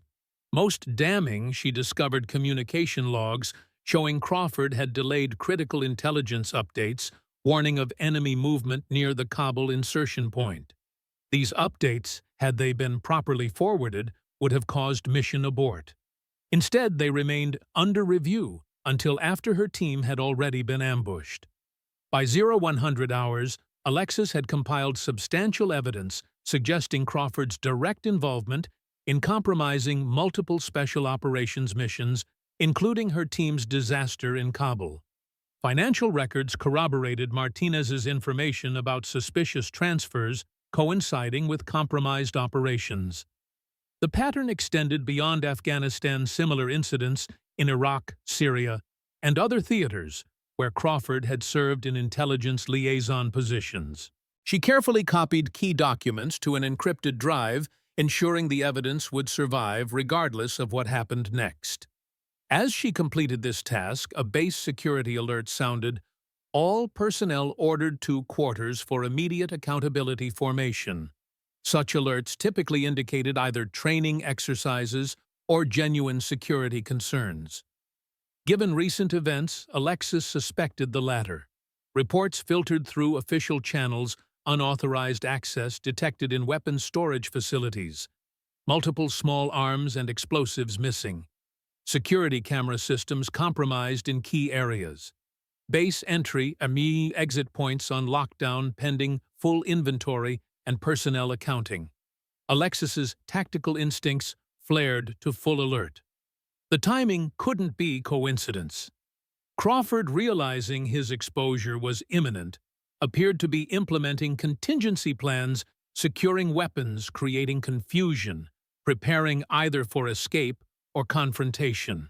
As she secured the intelligence terminal and prepared to return to her quarters, Alexis's secure phone buzzed with an encrypted message. Colonel Blackwood using emergency protocols. Crawford gone AWOL. Evidence confirms suspicions. Hawkins authorizes full measures. Secure yourself immediately. The message's implications crystallized the danger. Crawford wasn't just running, he was hunting. And Alexis, The one person who could definitively connect him to treasonous activities represented his greatest threat. She had become the target. Years of combat instinct reasserted themselves instantly. Alexis switched from investigation mode to survival operations without conscious transition. She assessed her position, resources, and options with cold precision. The intelligence building offered temporary security but would become a trap if Crawford had planned properly. Movement across the base during lockdown would expose her to observation, but staying put would surrender initiative. She chose movement. Better to select the ground for eventual confrontation than allow Crawford to dictate terms of engagement. Using service corridors and maintenance tunnels, Alexis navigated away from her expected location, establishing multiple false trails while working toward the base's southwestern quadrant, an area with optimal observation positions and multiple escape routes if needed. As she moved base, security communications revealed the situation deteriorating. 2 perimeter guards found unconscious. Vehicle reported missing from motor pool. Explosives tactically placed in communications center, fortunately discovered before detonation. Crawford was executing a scorched earth exit strategy, creating maximum chaos to cover his escape while eliminating evidence of his activities. His training and access made him extraordinarily dangerous, particularly with nothing left to lose. Alexis positioned herself in an abandoned observation post overlooking the most likely escape route from the base. If Crawford planned to disappear, he would need to breach the perimeter at its most vulnerable point, the rarely used maintenance access road through the southwestern hills. Satellite communication would be temporarily masked by the surrounding terrain, providing crucial minutes before pursuit could be effectively coordinated. She established her position with practiced efficiency, creating clear fields of fire while maintaining concealment. The familiar mindset of the hunter settled over her consciousness, patient, focused, calculating. For the first time since Kabul, Alexis embraced, rather than resisted, the tactical awareness that had once defined her existence. The desert night stretched dark and cold around her. Stars blazed overhead with painful clarity, reminding her of similar nights in Afghanistan, watching over her team. The memory of those lost companions strengthened her resolve. If Crawford had indeed betrayed them, justice demanded response. Hours passed without movement. Base security continued reporting Crawford's sightings in contradictory locations, evidence of deliberate misdirection. Alexis maintained her position, trusting her assessment of his most likely escape route. Professional patience had always been her greatest strength as a sniper. Near dawn, her vigilance was rewarded. A dark vehicle approached along the maintenance road, lights extinguished, moving with deliberate care to minimize noise and dust. The driving technique spoke of professional training, maintaining cover from observation while maximizing terrain masking. Alexis tracked the vehicle through her scope, confirming the driver's identity as it passed her position. Crawford, dressed in tactical gear, face set, with grim determination. Alone in the vehicle, suggesting he had eliminated any witnesses to his departure. She had a clear shot, could end the threat permanently with a single round. Her finger rested lightly against the trigger muscle memory, providing perfect positioning. Legal justification existed given Crawford's confirmed treasonous activities and immediate threat status. Yet, she hesitated. Eliminating Crawford would provide immediate security, but destroy the opportunity for full investigation into his network and activities. How many other operations had he compromised? How many other teams had died because of his betrayal? These questions required Crawford alive for questioning. Alexis lowered her weapon, reaching instead for her secured communication device. She transmitted the vehicle description, direction of travel, and confirmation of Crawford's identity to Base Security Command. Then she moved to intercept position further along the escape route, where terrain would force Crawford to reduce speed navigating a particularly challenging section of road. As dawn broke over the Arizona mountains, two warriors prepared for inevitable confrontation, one fleeing accountability for past betrayals, the other pursuing justice for fallen comrades. The hunt had begun, roles reversed from their previous day's encounter. Now Alexis was the predator, Crawford the prey with the desert as their battlefield, and truth as the ultimate stake. The ghost sniper had returned to the shadows she knew best. This time her target wasn't a distant enemy, but a traitor within a man who had sold his honor and betrayed his country for personal gain. A man who had cost Alexis her team, her purpose, her peace. A man who would not escape justice again. The days following Alexis Reed's extraordinary shot transformed her status on the base. Soldiers who had previously ignored the quiet logistics officer now regarded her with a mixture of respect and awe. The revelation of her identity as the legendary Viper 1 spread through military channels, resurrecting stories long buried in classified files. For Alexis, the attention proved uncomfortable. She had spent 3 years cultivating anonymity, finding peace in the structured predictability of logistics work. Now that sanctuary had crumbled, exposing her once again to the weight of her past. She continued her duties with characteristic precision, but her mind remained occupied with Crawford. The hatred in his eyes during the shooting demonstration carried an intensity beyond professional rivalry. Martinez's suspicions about Crawford's connection to the Kabul disaster haunted her thoughts, raising questions she had believed forever unanswerable. 3 days after her historic shot, General Hawkins requested Alexis's presence in his office. The base commander's quarters occupied the top floor of headquarters, offering a commanding view of the Arizona mountains through bulletproof windows. Hawkins stood gazing at that view when Alexis arrived. "Captain Reed," he acknowledged, turning to face her. "Thank you for coming." "Sir," Alexis replied, maintaining formal military protocol. Hawkins gestured toward a chair opposite his desk. "Please sit." When she had done so, he continued, "I've been reviewing your service record, the complete record, not the sanitized version in the personnel database." Alexis remained silent. The complete record would include details of Operation Desert Phantom, her 38 confirmed eliminations, and the disastrous mission in Kabul that had claimed her team.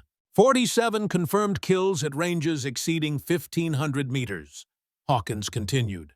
17 missions with 0 casualties on our side. Performance assessments that read like fiction. He shook his head slightly. Then Kabul happened, and you requested transfer to logistics. The mention of Kabul sent a familiar jolt of pain through Alexis's chest. She maintained her composure through practiced discipline. "Yes, sir." "Why logistics?" Hawkins asked directly. "With your record, you could have written your own ticket. Special Forces Instructor, Advanced Sniper School, Private Contracting. Instead, you chose to count bullets." Alexis considered her response carefully. "I was tired, sir." "Of what exactly?" She met his gaze directly. "Of shooting people." The simple honesty hung in the air between them. Hawkins nodded slowly. "I served 3 combat tours in my early career. By the end of the 3rd, I couldn't sleep through the night. Still can't sometimes." He paused. "We're not machines, no matter how hard they try to make us into them." "However," Hawkins continued, "that shot 3 days ago wasn't rust or luck. That was precision most operators couldn't achieve in ideal conditions." "Muscle memory does not forget, sir," Alexis replied quietly. Hawkins opened a desk drawer and removed a wooden box. He placed it between them, revealing a simple unadorned medal nestled in velvet. "This isn't official. Ghost operators don't get ceremonies, but I wanted you to have it anyway." He lifted the medal and pinned it to her uniform himself. "For service above and beyond, for lives saved in silence." Alexis touched the medal, feeling its weight. "Thank you, sir." Hawkins returned to his seat, expression shifting toward business. "There's something else." He slid a folder across the desk. Colonel Blackwood has been conducting an internal investigation concerning intelligence anomalies during Operation Desert Phantom's deployment. Alexis tensed as she opened the folder. Inside were documents detailing financial transactions, deployment records, and intelligence reports all connected to Captain Maxwell Crawford. Crawford was stationed at Bagram during your deployment, Hawkins explained. Served as intelligence liaison for special operations, including your team. Blackwood found evidence suggesting he compromised multiple missions through selective intelligence manipulation. Alexis studied the documents, her tactical mind quickly assembling patterns. These financial transfers correlate directly with mission failures. Yes, Hawkins confirmed grimly. $200,000 deposited 2 days before your Kabul mission. Another $200,000 3 days after. The confirmation hit Alexis with physical force. "He sold us out," she said, her voice steady despite the rage building beneath. "He deliberately sent my team into an ambush for money." The evidence suggests that, Hawkins agreed. Crawford has been selling intelligence to various non-state actors for years. Taliban, Al-Qaeda affiliates, even private military contractors working against American interests. The total approaches $7 million, all carefully laundered through shell companies.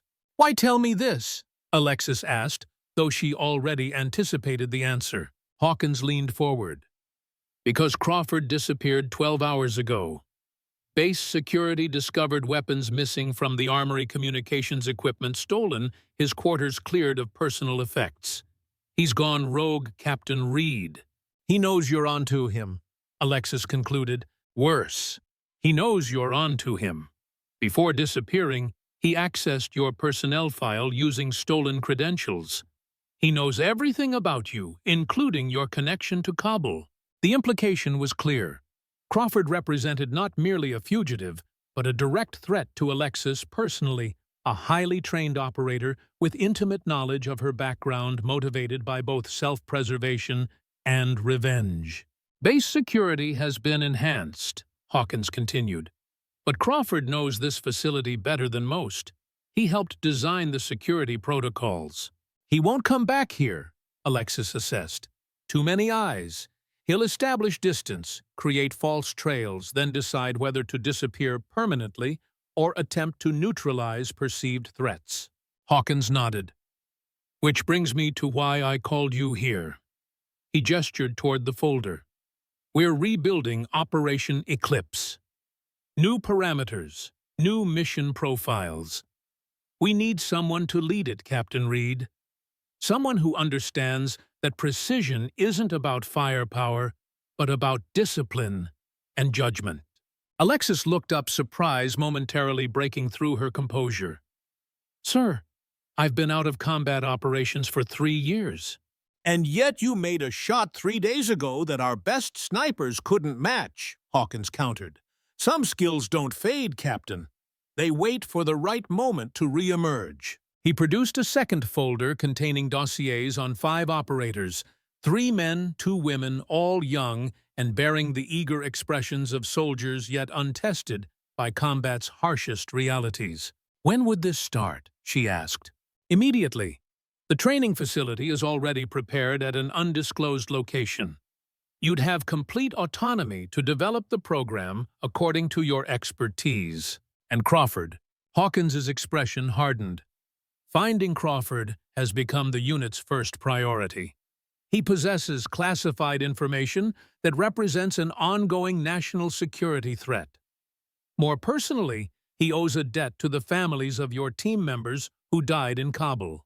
Alexis considered the offer, weighing her reluctance to return to combat operations against her desire for justice. The faces of her fallen teammates flashed through her mind.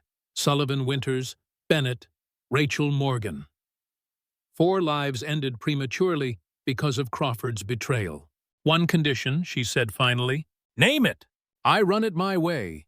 No politics, no bureaucratic interference, no glory-seeking. We operate in shadows or not at all." Hawkins nodded immediately. "Agreed. Operation Eclipse exists specifically to function outside conventional constraints. When do I leave? Transport leaves in 2 hours. Hawkins extended his hand. Thank you, Captain Reed, for trusting us again. Alexis shook it firmly. Don't make me regret it, sir. As she reached the door, Hawkins called out once more. Captain Reed? She turned back. For what it's worth, I'm sorry it took this long to recognize what happened to your team. The system failed you. Alexis's expression softened marginally. You see it now, sir. That's what matters. The sun had begun its descent as Alexis packed her belongings. Everything fit into 2 duffel bags and a rifle case. The habit of traveling light ingrained through years of special operations. Never carry more than you can run with if necessary. She packed methodically, mentally cataloging each item's purpose. The process felt familiar, comforting in its precision, awakening muscle memories of preparation for past deployments. Last to be packed was her M210 rifle, now officially reactivated for operational use. She dismantled it with practiced efficiency, each component cleaned and inspected before being secured in its case. The weapon represented both her exceptional skill and the burden of her past, the lives taken through its precision, and the teammates she couldn't save. A knock at her door revealed Colonel Blackwood, his weathered face bearing the concerned expression of a mentor seeing a former student return to danger. Came to see you off, he explained, stepping inside. Hawkins told me about your new assignment. Moving quickly, Alexis observed. Less than a week ago, I was just a logistics officer. You were never just anything, Captain Reed. Blackwood handed her a small package wrapped in cloth. Something for the journey. Alexis unwrapped it to reveal an old book on advanced ballistics, its pages annotated in faded ink with observations and calculations. This was yours. From my days as an instructor, Blackwood confirmed. Before computers did our thinking for us, old-school methods work when technology fails. She handled the book with respect. Thank you, Colonel. James, he corrected. At my age, first names seem more important than ranks. Then thank you, James. She carefully placed the book in her bag. Blackwood watched her continue packing. Crawford won't be easy to find. He's been planning this contingency for years, establishing false identities, offshore accounts, escape routes. Everyone leaves traces, Alexis replied, especially those who think themselves too clever to be caught. True enough. Blackwood paused. Finding him is only the first challenge. Engaging him will be another entirely. Crawford was top of his class in close-quarters combat. Naval Special Warfare trained him for every contingency. They trained me too, Alexis noted without bravado. Blackwood nodded, acknowledging her point. Different schools, same lethal outcomes. He moved toward the door. I'll be your liaison, coordinating intelligence and resources. Anything you require, day or night. Appreciated. He extended his hand, which she took. Your team didn't die in vain, Alexis. What you're doing now ensures that. 90 minutes later, Alexis stood on the tarmac beside a C-130 cargo plane engines warming for departure. The desert stretched endlessly around the airfield, its harsh beauty highlighted by the setting sun. Martinez approached as she prepared to board, slightly out of breath from hurrying. Thought I'd miss you.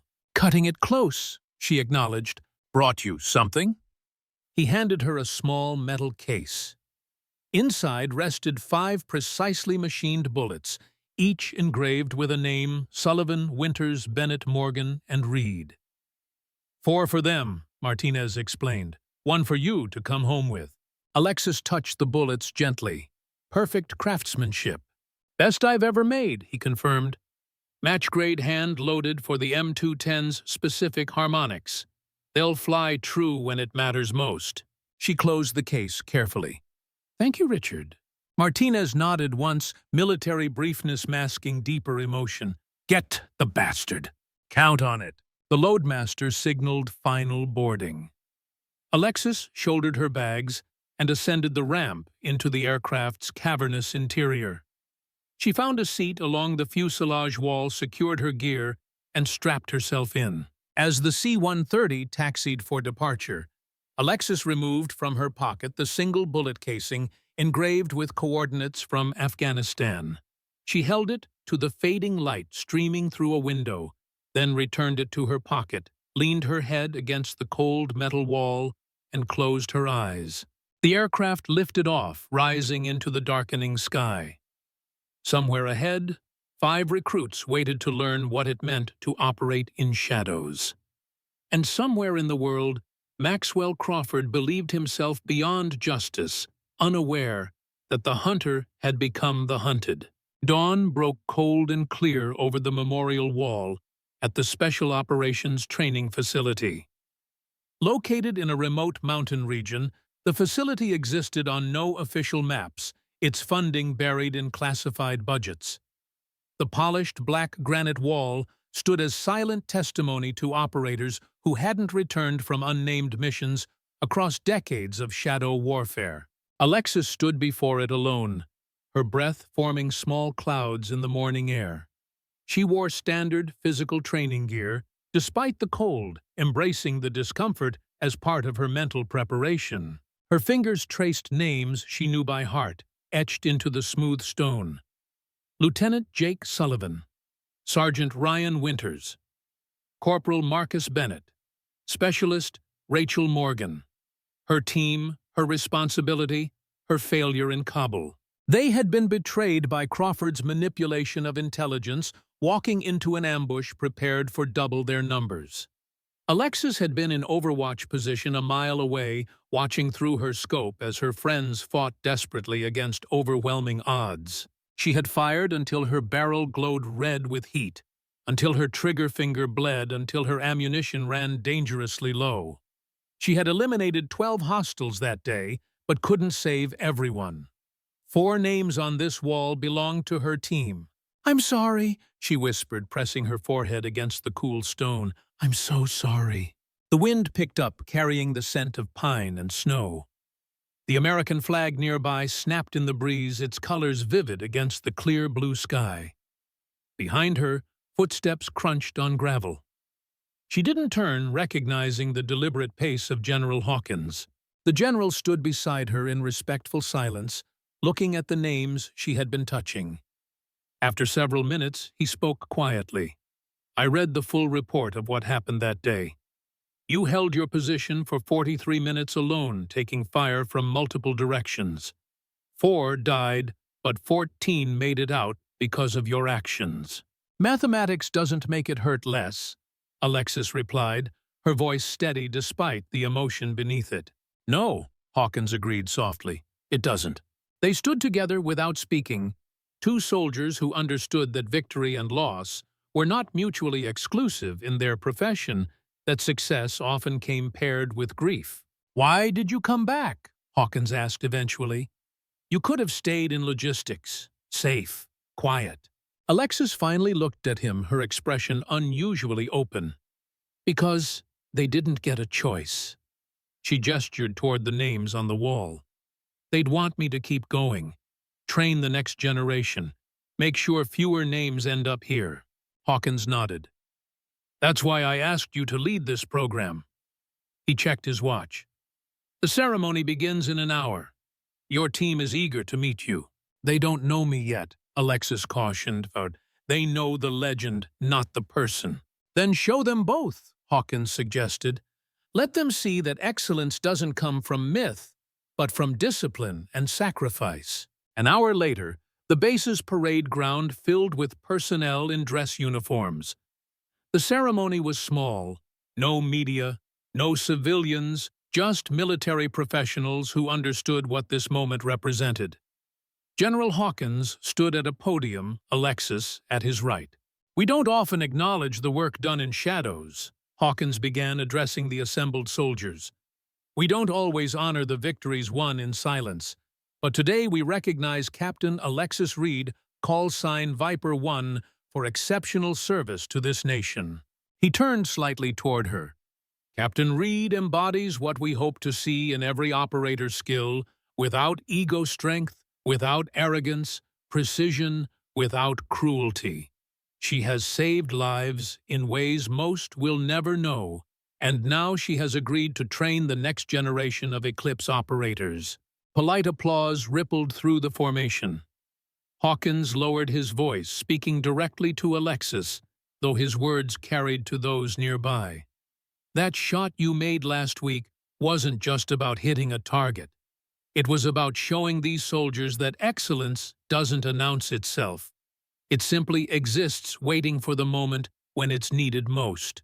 He stepped back, executing a formal salute that Alexis returned with perfect precision. Hawkins gestured for her to address the formation. "I'm not a hero," she stated clearly. "I'm a soldier who learned to aim carefully.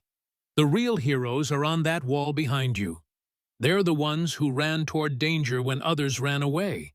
I just made sure fewer of them had to do so." She paused. "If I can teach you anything, it's this: precision is a form of compassion. Every bullet you don't waste is a life you might save, yours or someone else's.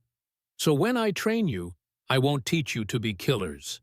I'll teach you to be surgical, clean, efficient, respectful of the weight that comes with pulling a trigger."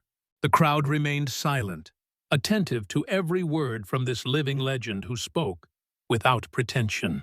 "We start tomorrow," Alexis continued.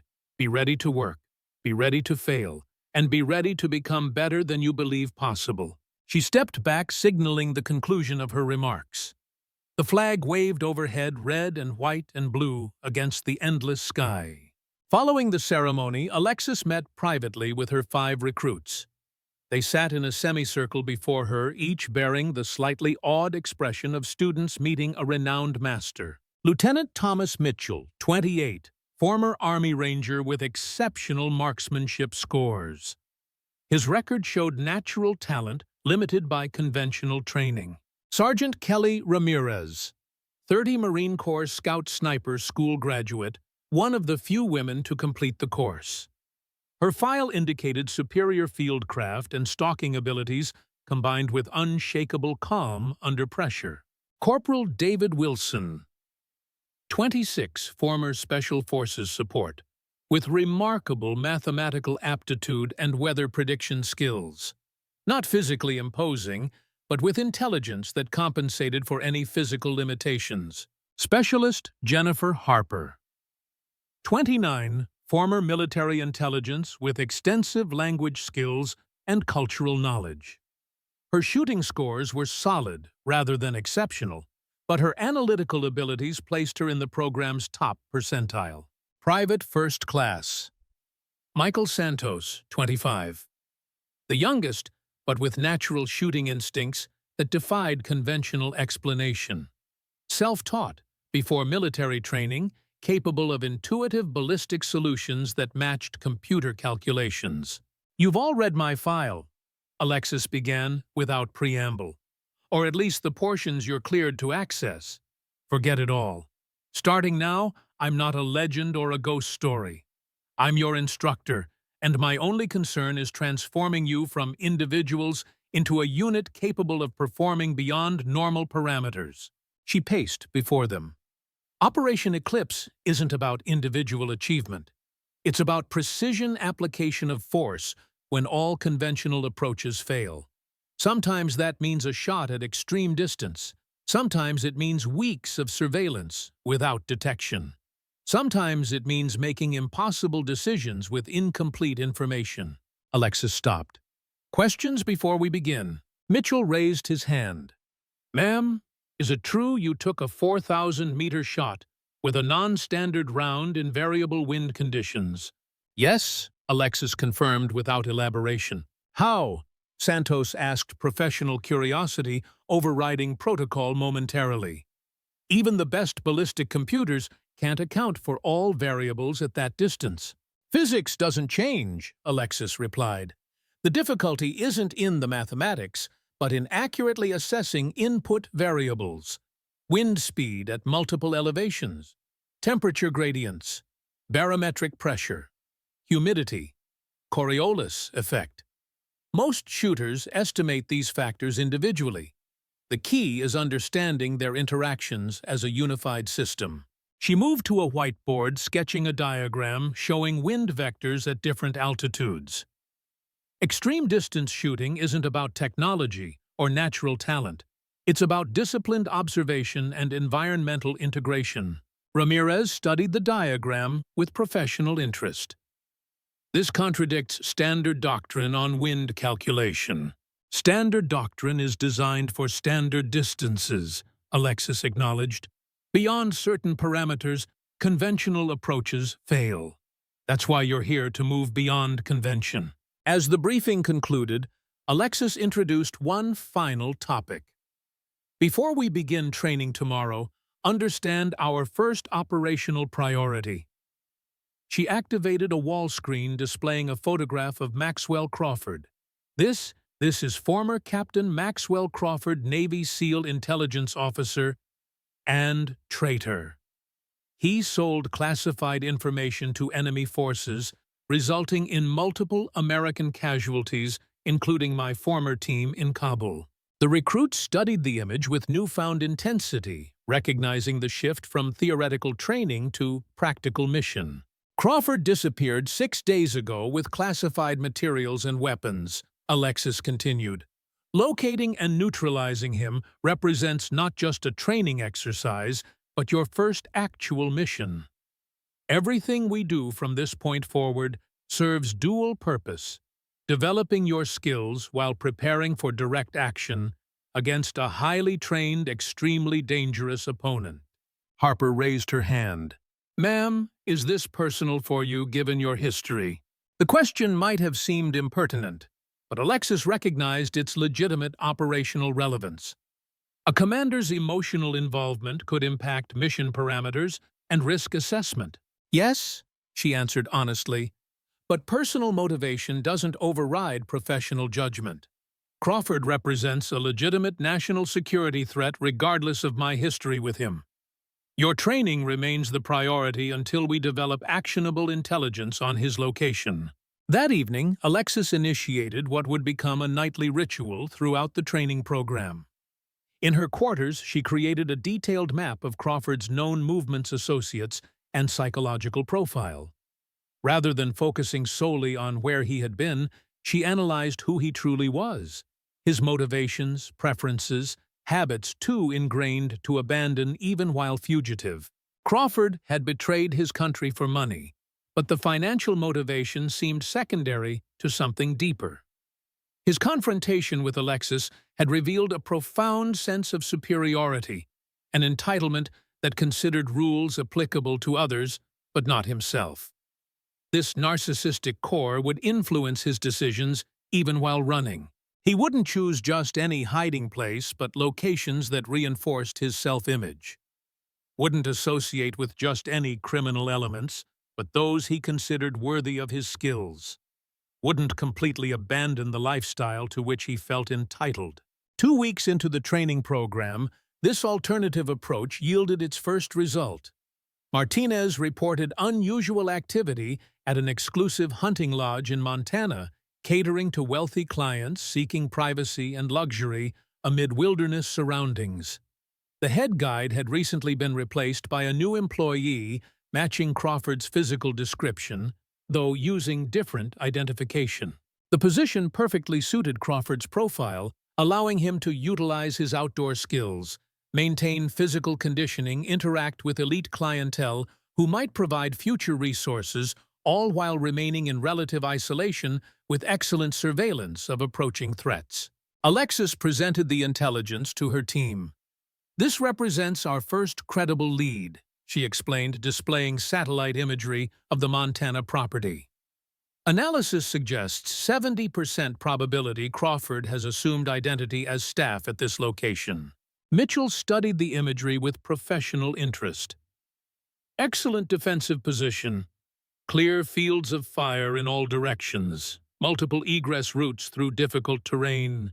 Exactly the kind of position a sniper would choose, Ramirez observed, which presents both challenge and opportunity, Alexis noted. Crawford thinks, like we do, anticipates standard approaches. Our advantage comes through unexpected methodology. For the next 3 days, the team developed operation plans, while continuing accelerated training.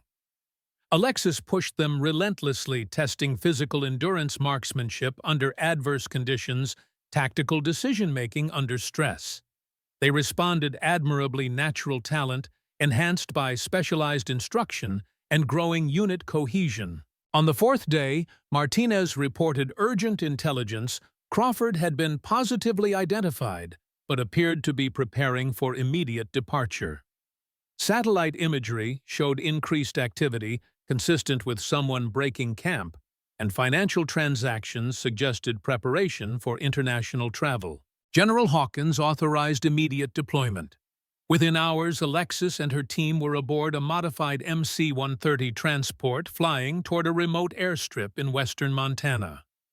Equipment had been prepared for cold weather operation, mission parameters adjusted for rapid execution rather than extended surveillance. The Montana night embraced them with bitter cold temperature dropping below 20 degrees Fahrenheit as they established their initial position in forest 2 miles from the target location. Stars glittered overhead with painful brightness, the Milky Way clearly visible in the absence of light pollution. The landscape spread before them in monochromatic silver as moonlight reflected from snow-covered terrain. Alexis deployed her team according to the operation plan, each member moving to predetermined positions with minimal communication. Mitchell and Ramirez established elevated positions covering escape routes, while Wilson set up the communications hub at their rally point. Harper coordinated with law enforcement assets, maintaining distant perimeter, ensuring civilian safety without alerting the target. Santos accompanied Alexis on the final approach to the lodge, moving through dense forest with deliberate care. Both wore white winter camouflage, blending with the snowy environment. They advanced using natural terrain features for concealment, avoiding obvious approach routes that Crawford might have under observation. The lodge materialized from the darkness, a substantial log structure with expansive windows overlooking mountain vistas. Lights glowed from several rooms despite the late hour, suggesting continued activity. Alexis and Santos established observation position within a dense pine thicket 300 meters from the main building, deploying specialized optics to assess the situation. Thermal imaging revealed multiple heat signatures inside the structure. Directional microphones captured fragments of conversation, confirming at least one voice matching Crawford's vocal patterns.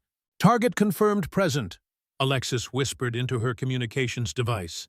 "Multiple additional personnel status unknown. Maintain positions." For 90 minutes, they observed the lodge, documenting movement patterns and identifying the specific heat signature most likely to be Crawford based on height, gait, and behavior. The patience of the hunter settled over Alexis, the familiar state of heightened awareness coupled with perfect stillness that had once defined her operational identity. Near midnight, activity inside the lodge increased. 2 vehicles arrived, parking near the main entrance. Luggage emerged, carried by figures moving with purposeful haste. Departure preparations had entered final stage. "All units prepare for execution," Alexis instructed calmly. "Target preparing to move. Likely departure within 15 minutes." She made final adjustments to her rifle, compensating for temperature elevation and wind conditions. The front door opened. 3 figures emerged, 2 appearing to be regular lodge staff, assisting with luggage. The third matching Crawford's profile precisely. He moved with the alert caution of a trained operator, scanning surroundings constantly. "Target identified," Alexis confirmed. "Moving to Vehicle 1. Mitchell Ramirez, prepare for interdiction if target attempts to flee perimeter." As Crawford approached the lead vehicle, something caused him to hesitate. His posture shifted, subtly, tension visible even at distance. Something had triggered his situational awareness, perhaps unusual wildlife movement, perhaps intuitive recognition of observation. He froze, then dropped immediately to defensive posture, drawing a concealed weapon. "He's made us," Alexis announced calmly. "Execute containment protocol." With precision coordination, the team implemented their contingency plan. Ramirez and Mitchell illuminated their positions with tactical lights, deliberately revealing themselves at extreme distance to divert Crawford's attention from closer threats. Simultaneously, Wilson activated remote devices, creating noise distraction at predetermined locations, simulating movement from multiple directions. The psychological effect worked as intended. Crawford, believing himself surrounded by a conventional cordon, made the predictable choice. He moved away from perceived threats toward the seemingly unguarded forest edge where Alexis and Santos waited. "Target moving to Sector 4, Alexis reported. All units maintain position." Crawford advanced with tactical discipline, using available cover while maintaining awareness. He carried a compact automatic weapon and wore body armor beneath winter clothing. Unexpectedly, Crawford veered from the predicted path, disappearing into a ravine not covered by their surveillance positions. Alexis's instincts flared. This wasn't panicked flight, but calculated evasion. "Target deviation from expected route," she reported. "Possible pre-established escape path. Harper Access topographical overlay. Analysis indicates old mining access road half-mile north of his current position," Harper responded. "Provides vehicle access to secondary road system with minimal visibility." "He's making for a cached vehicle," Alexis concluded. Mitchell repositioned to high ground coordinates Echo 3. Ramirez maintain current overwatch. Wilson deploy perimeter sensors along the mining road. Santos with me. Alexis moved with controlled urgency through the forest, calculating Crawford's likely route based on terrain visibility conditions and tactical doctrine. She had studied his training records extensively, knew he would favor certain approaches based on his SEAL background. The hunter's mind projected forward, visualizing possible exit strategies, selecting the most probable based on risk-reward calculation. The forest thinned as they approached a ridgeline overlooking a narrow valley. Below, barely visible in the moonlight, a rutted dirt track wound through the trees, the old mining road Harper had identified. Alexis signaled Santos to establish security perimeter while she settled into position with her rifle.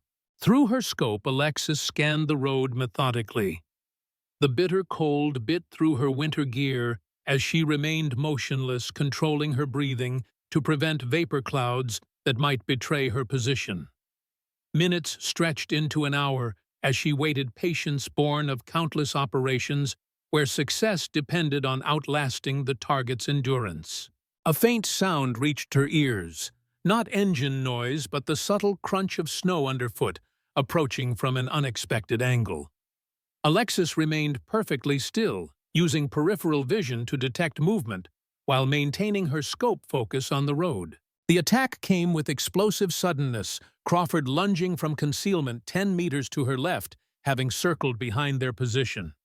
He had anticipated their intercept, using his own knowledge of pursuit tactics to set a trap for the pursuers. Alexis rolled sideways as Crawford fired bullets impacting the snow where she had been positioned seconds before. She came up in a crouch weapon, transitioning smoothly from sniper configuration to close quarters mode, a modification she had personally designed for the M210.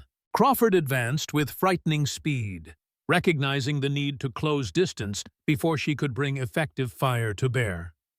Alexis triggered her strobe device, a tactical light programmed to emit disorienting patterns designed to disrupt visual processing. The momentary advantage allowed her to dive for better cover behind a fallen tree as Crawford's next burst splintered bark inches from her head. Santos responded with covering fire from his flanking position, forcing Crawford to seek his own cover. The firefight intensified as Crawford deployed a smoke grenade obscuring the battlefield while creating thermal distortion that would defeat standard night vision. "Contact with primary target," Alexis transmitted tersely. "Heavy resistance at coordinates Foxtrot 7. Converge with caution target using advanced counter-surveillance techniques." Through the smoke and confusion, Alexis relied on sound and intuition to track Crawford's movement.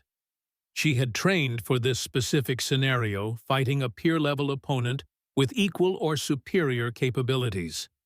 Every sense, heightened to predatory awareness as she moved silently through the battle space, becoming a ghost among the trees. A branch snapped 30 meters east, deliberate misdirection. Crawford would never make such an elementary error. Alexis remained motionless, controlling her breathing, feeling rather than seeing the forest around her.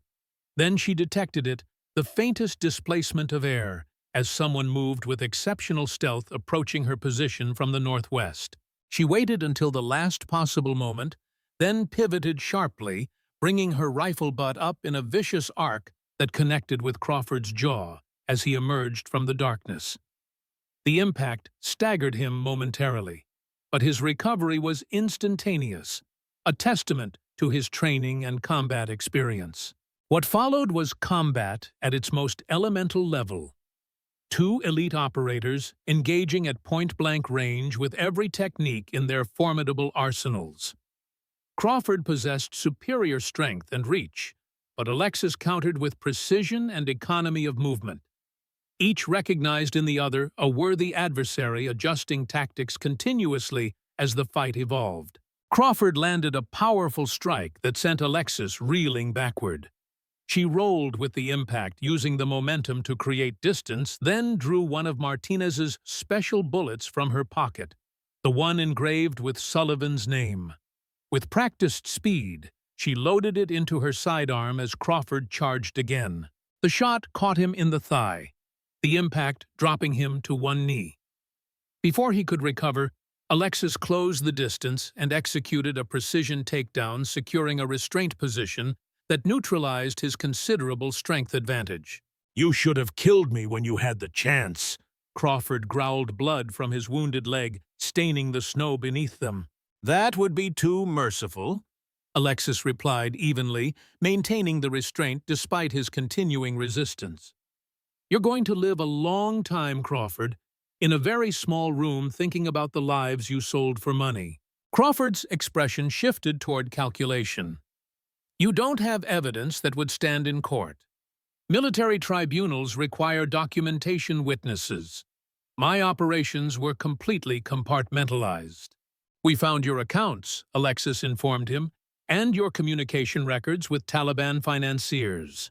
For the first time, uncertainty crossed Crawford's features. His resistance diminished as he processed this information, the tactical mind reassessing odds and options. "Why, Alexis asked the question that had haunted her for years, finally spoken aloud. Was it just the money? Or was there more? Crawford was silent for a long moment, blood continuing to seep into the snow beneath him. When he finally spoke, his voice had lost its arrogance, revealing something unexpected: emptiness. "You ghost units," he said quietly. "Special access programs with unlimited resources. Operational freedom leadership that actually respected your capabilities. While the rest of us, even SEAL teams, were micromanaged by politicians and bureaucrats, bound by rules of engagement that got our people killed." He looked directly at Alexis, and she saw not just hatred but envy in his eyes. "I deployed 6 times to Afghanistan, lost 11 teammates, followed every rule, completed every mission. And what did it get me? A medal I couldn't tell anyone about, and a desk job analyzing intelligence for units like yours, units that operated without constraints while we died following protocol." The revelation struck Alexis with unexpected force. Crawford's betrayal hadn't been simply about money.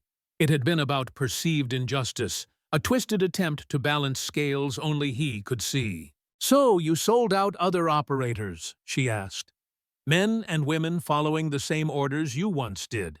"I sold information to people who paid market value for it," Crawford replied, his voice hardening again. "If your precious shadow units were so elite, they should have been able to overcome compromised intelligence. My SEAL teammates would have." The profound brokenness behind his reasoning was almost more disturbing than simple greed would have been.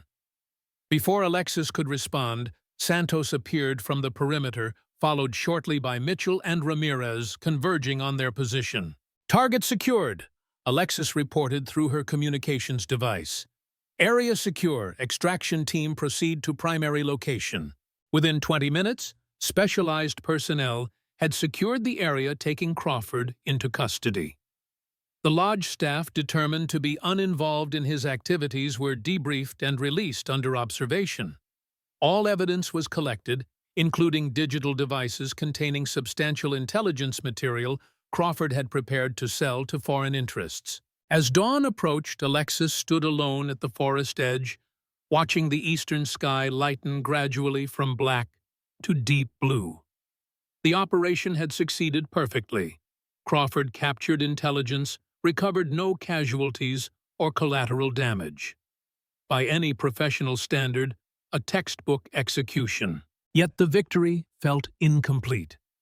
Crawford's capture couldn't restore her teammates or erase the years of believing their deaths resulted from random chance rather than calculated betrayal. Justice had been served, but healing remained a separate journey. General Hawkins approached Alexis, where she stood in contemplation. "Congratulations, Captain Reed. Operation successful on all parameters." "Thank you, sir. Crawford is secure. Preliminary interrogation confirms our intelligence he was planning to cross into Canada tonight, then connect with foreign handlers in Eastern Europe." Hawkins stood beside her. "Your team performed exceptionally well, especially considering their limited training time." For several minutes, they stood in companionable silence. Finally, Hawkins spoke again, his tone more personal than official. "Does it help?" he asked simply. "Knowing Crawford will face justice for what he did to your team." Alexis considered the question with characteristic thoroughness. "It doesn't bring them back," she said finally, "but it honors their sacrifice, makes it mean something beyond random tragedy. And that's enough." "It has to be," she replied.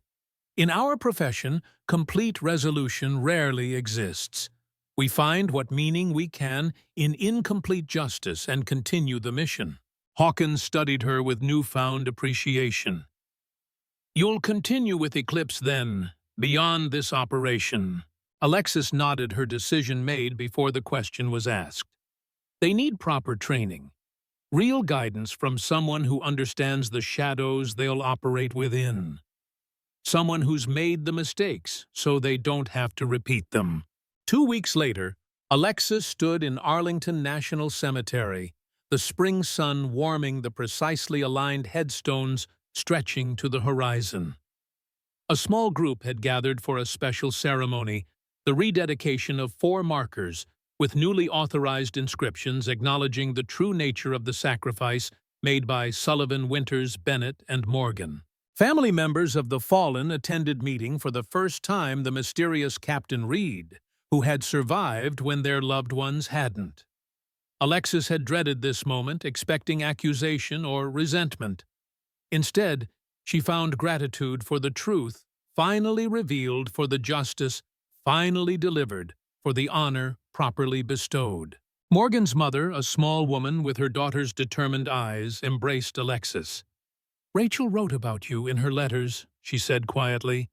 "Never by name, but she called you the guardian angel. Said as long as you were watching over them, they'd always come home." The simple statement nearly broke Alexis's composure. "I failed her," she whispered. "I failed all of them." The older woman held Alexis at arm's length, studying her face. "No," she said firmly. "The only person who failed them was the man who betrayed them. Rachel would be proud of what you've done, bringing him to justice, training others to carry on their work." After the ceremony, Alexis remained at the grave sites while the others departed. She placed a single bullet casing on each marker, the specially crafted rounds from Martinez, each bearing its owner's name. Not loaded in weapons of war, but left as tokens of remembrance and completion. As she stood to leave, she noticed General Hawkins waiting respectfully at a distance. He approached only after she had finished her private farewell. "Your team is waiting," he said simply. "New mission parameters arrived this morning. Significant intelligence indicates high-value activity in 3 potential theaters of operation." Alexis took a final look at the 4 markers now properly honored, with the recognition they deserved. Then, we shouldn't keep them waiting. As they walked through the precisely ordered rows of Arlington toward the waiting vehicle, Alexis felt a sense of alignment she had missed for years. Not happiness in the conventional sense, but purpose, married to capability, the deep satisfaction of doing what one was truly designed to do. The ghost sniper had returned from self-imposed exile, not as vengeance incarnate, but as mentor-guide, living embodiment of lessons paid for in blood and sacrifice. Her teammates would not have asked for more fitting memorial. That evening, Alexis met with her Eclipse team, now evolved from recruits to functioning operators, through intensive training and their first successful mission. They gathered around the briefing table, the easy camaraderie of proven combat effectiveness evident in their interactions. 3 potential deployment zones, Alexis explained, activating the display that showed highlighted regions across a global map, each presenting unique environmental challenges and operational parameters. Our job is to determine which represents genuine threat versus diversion. Mitchell studied the data with professional interest. The South Asian location shows unusual communications patterns consistent with covert coordination. Thermal signatures in the Arctic Circle site suggest advanced technology deployment not consistent with registered research activities, Ramirez added.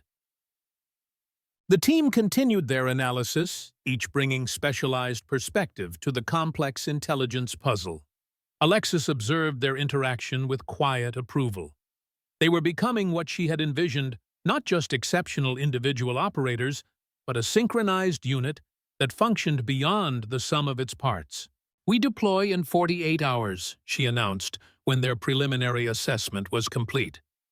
"Final equipment configurations and mission parameters tomorrow at 0800. Until then, rest and preparedness protocols as established."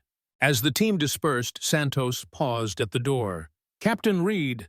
"Yes." "The technique you used to anticipate Crawford's evasion route, that wasn't in any of our training manuals." Alexis nodded slightly. "No, it wasn't." "Will you teach us?" Santos asked, professional curiosity evident. "Tomorrow," she promised. "Some skills can't be found in manuals. They come from experience and understanding how your adversary thinks sometimes before they know themselves." Santos nodded and departed, leaving Alexis alone in the briefing room. She stood for a moment reviewing the global map with its highlighted threat zones. The mission continued as it always would, the endless responsibility of standing between danger and those who couldn't see it coming. Outside, snow began falling gently across the training facility, covering the memorial wall and parade ground in pristine white. Tomorrow would bring new tracks, new patterns, new beginnings built upon foundations already established. The cycle continued, veterans guiding newcomers, lessons, transmitted skills refined through generations of silent professionals. This was how the shadows were navigated safely. This was how the impossible became possible. This was how ghosts ensured their aim never died.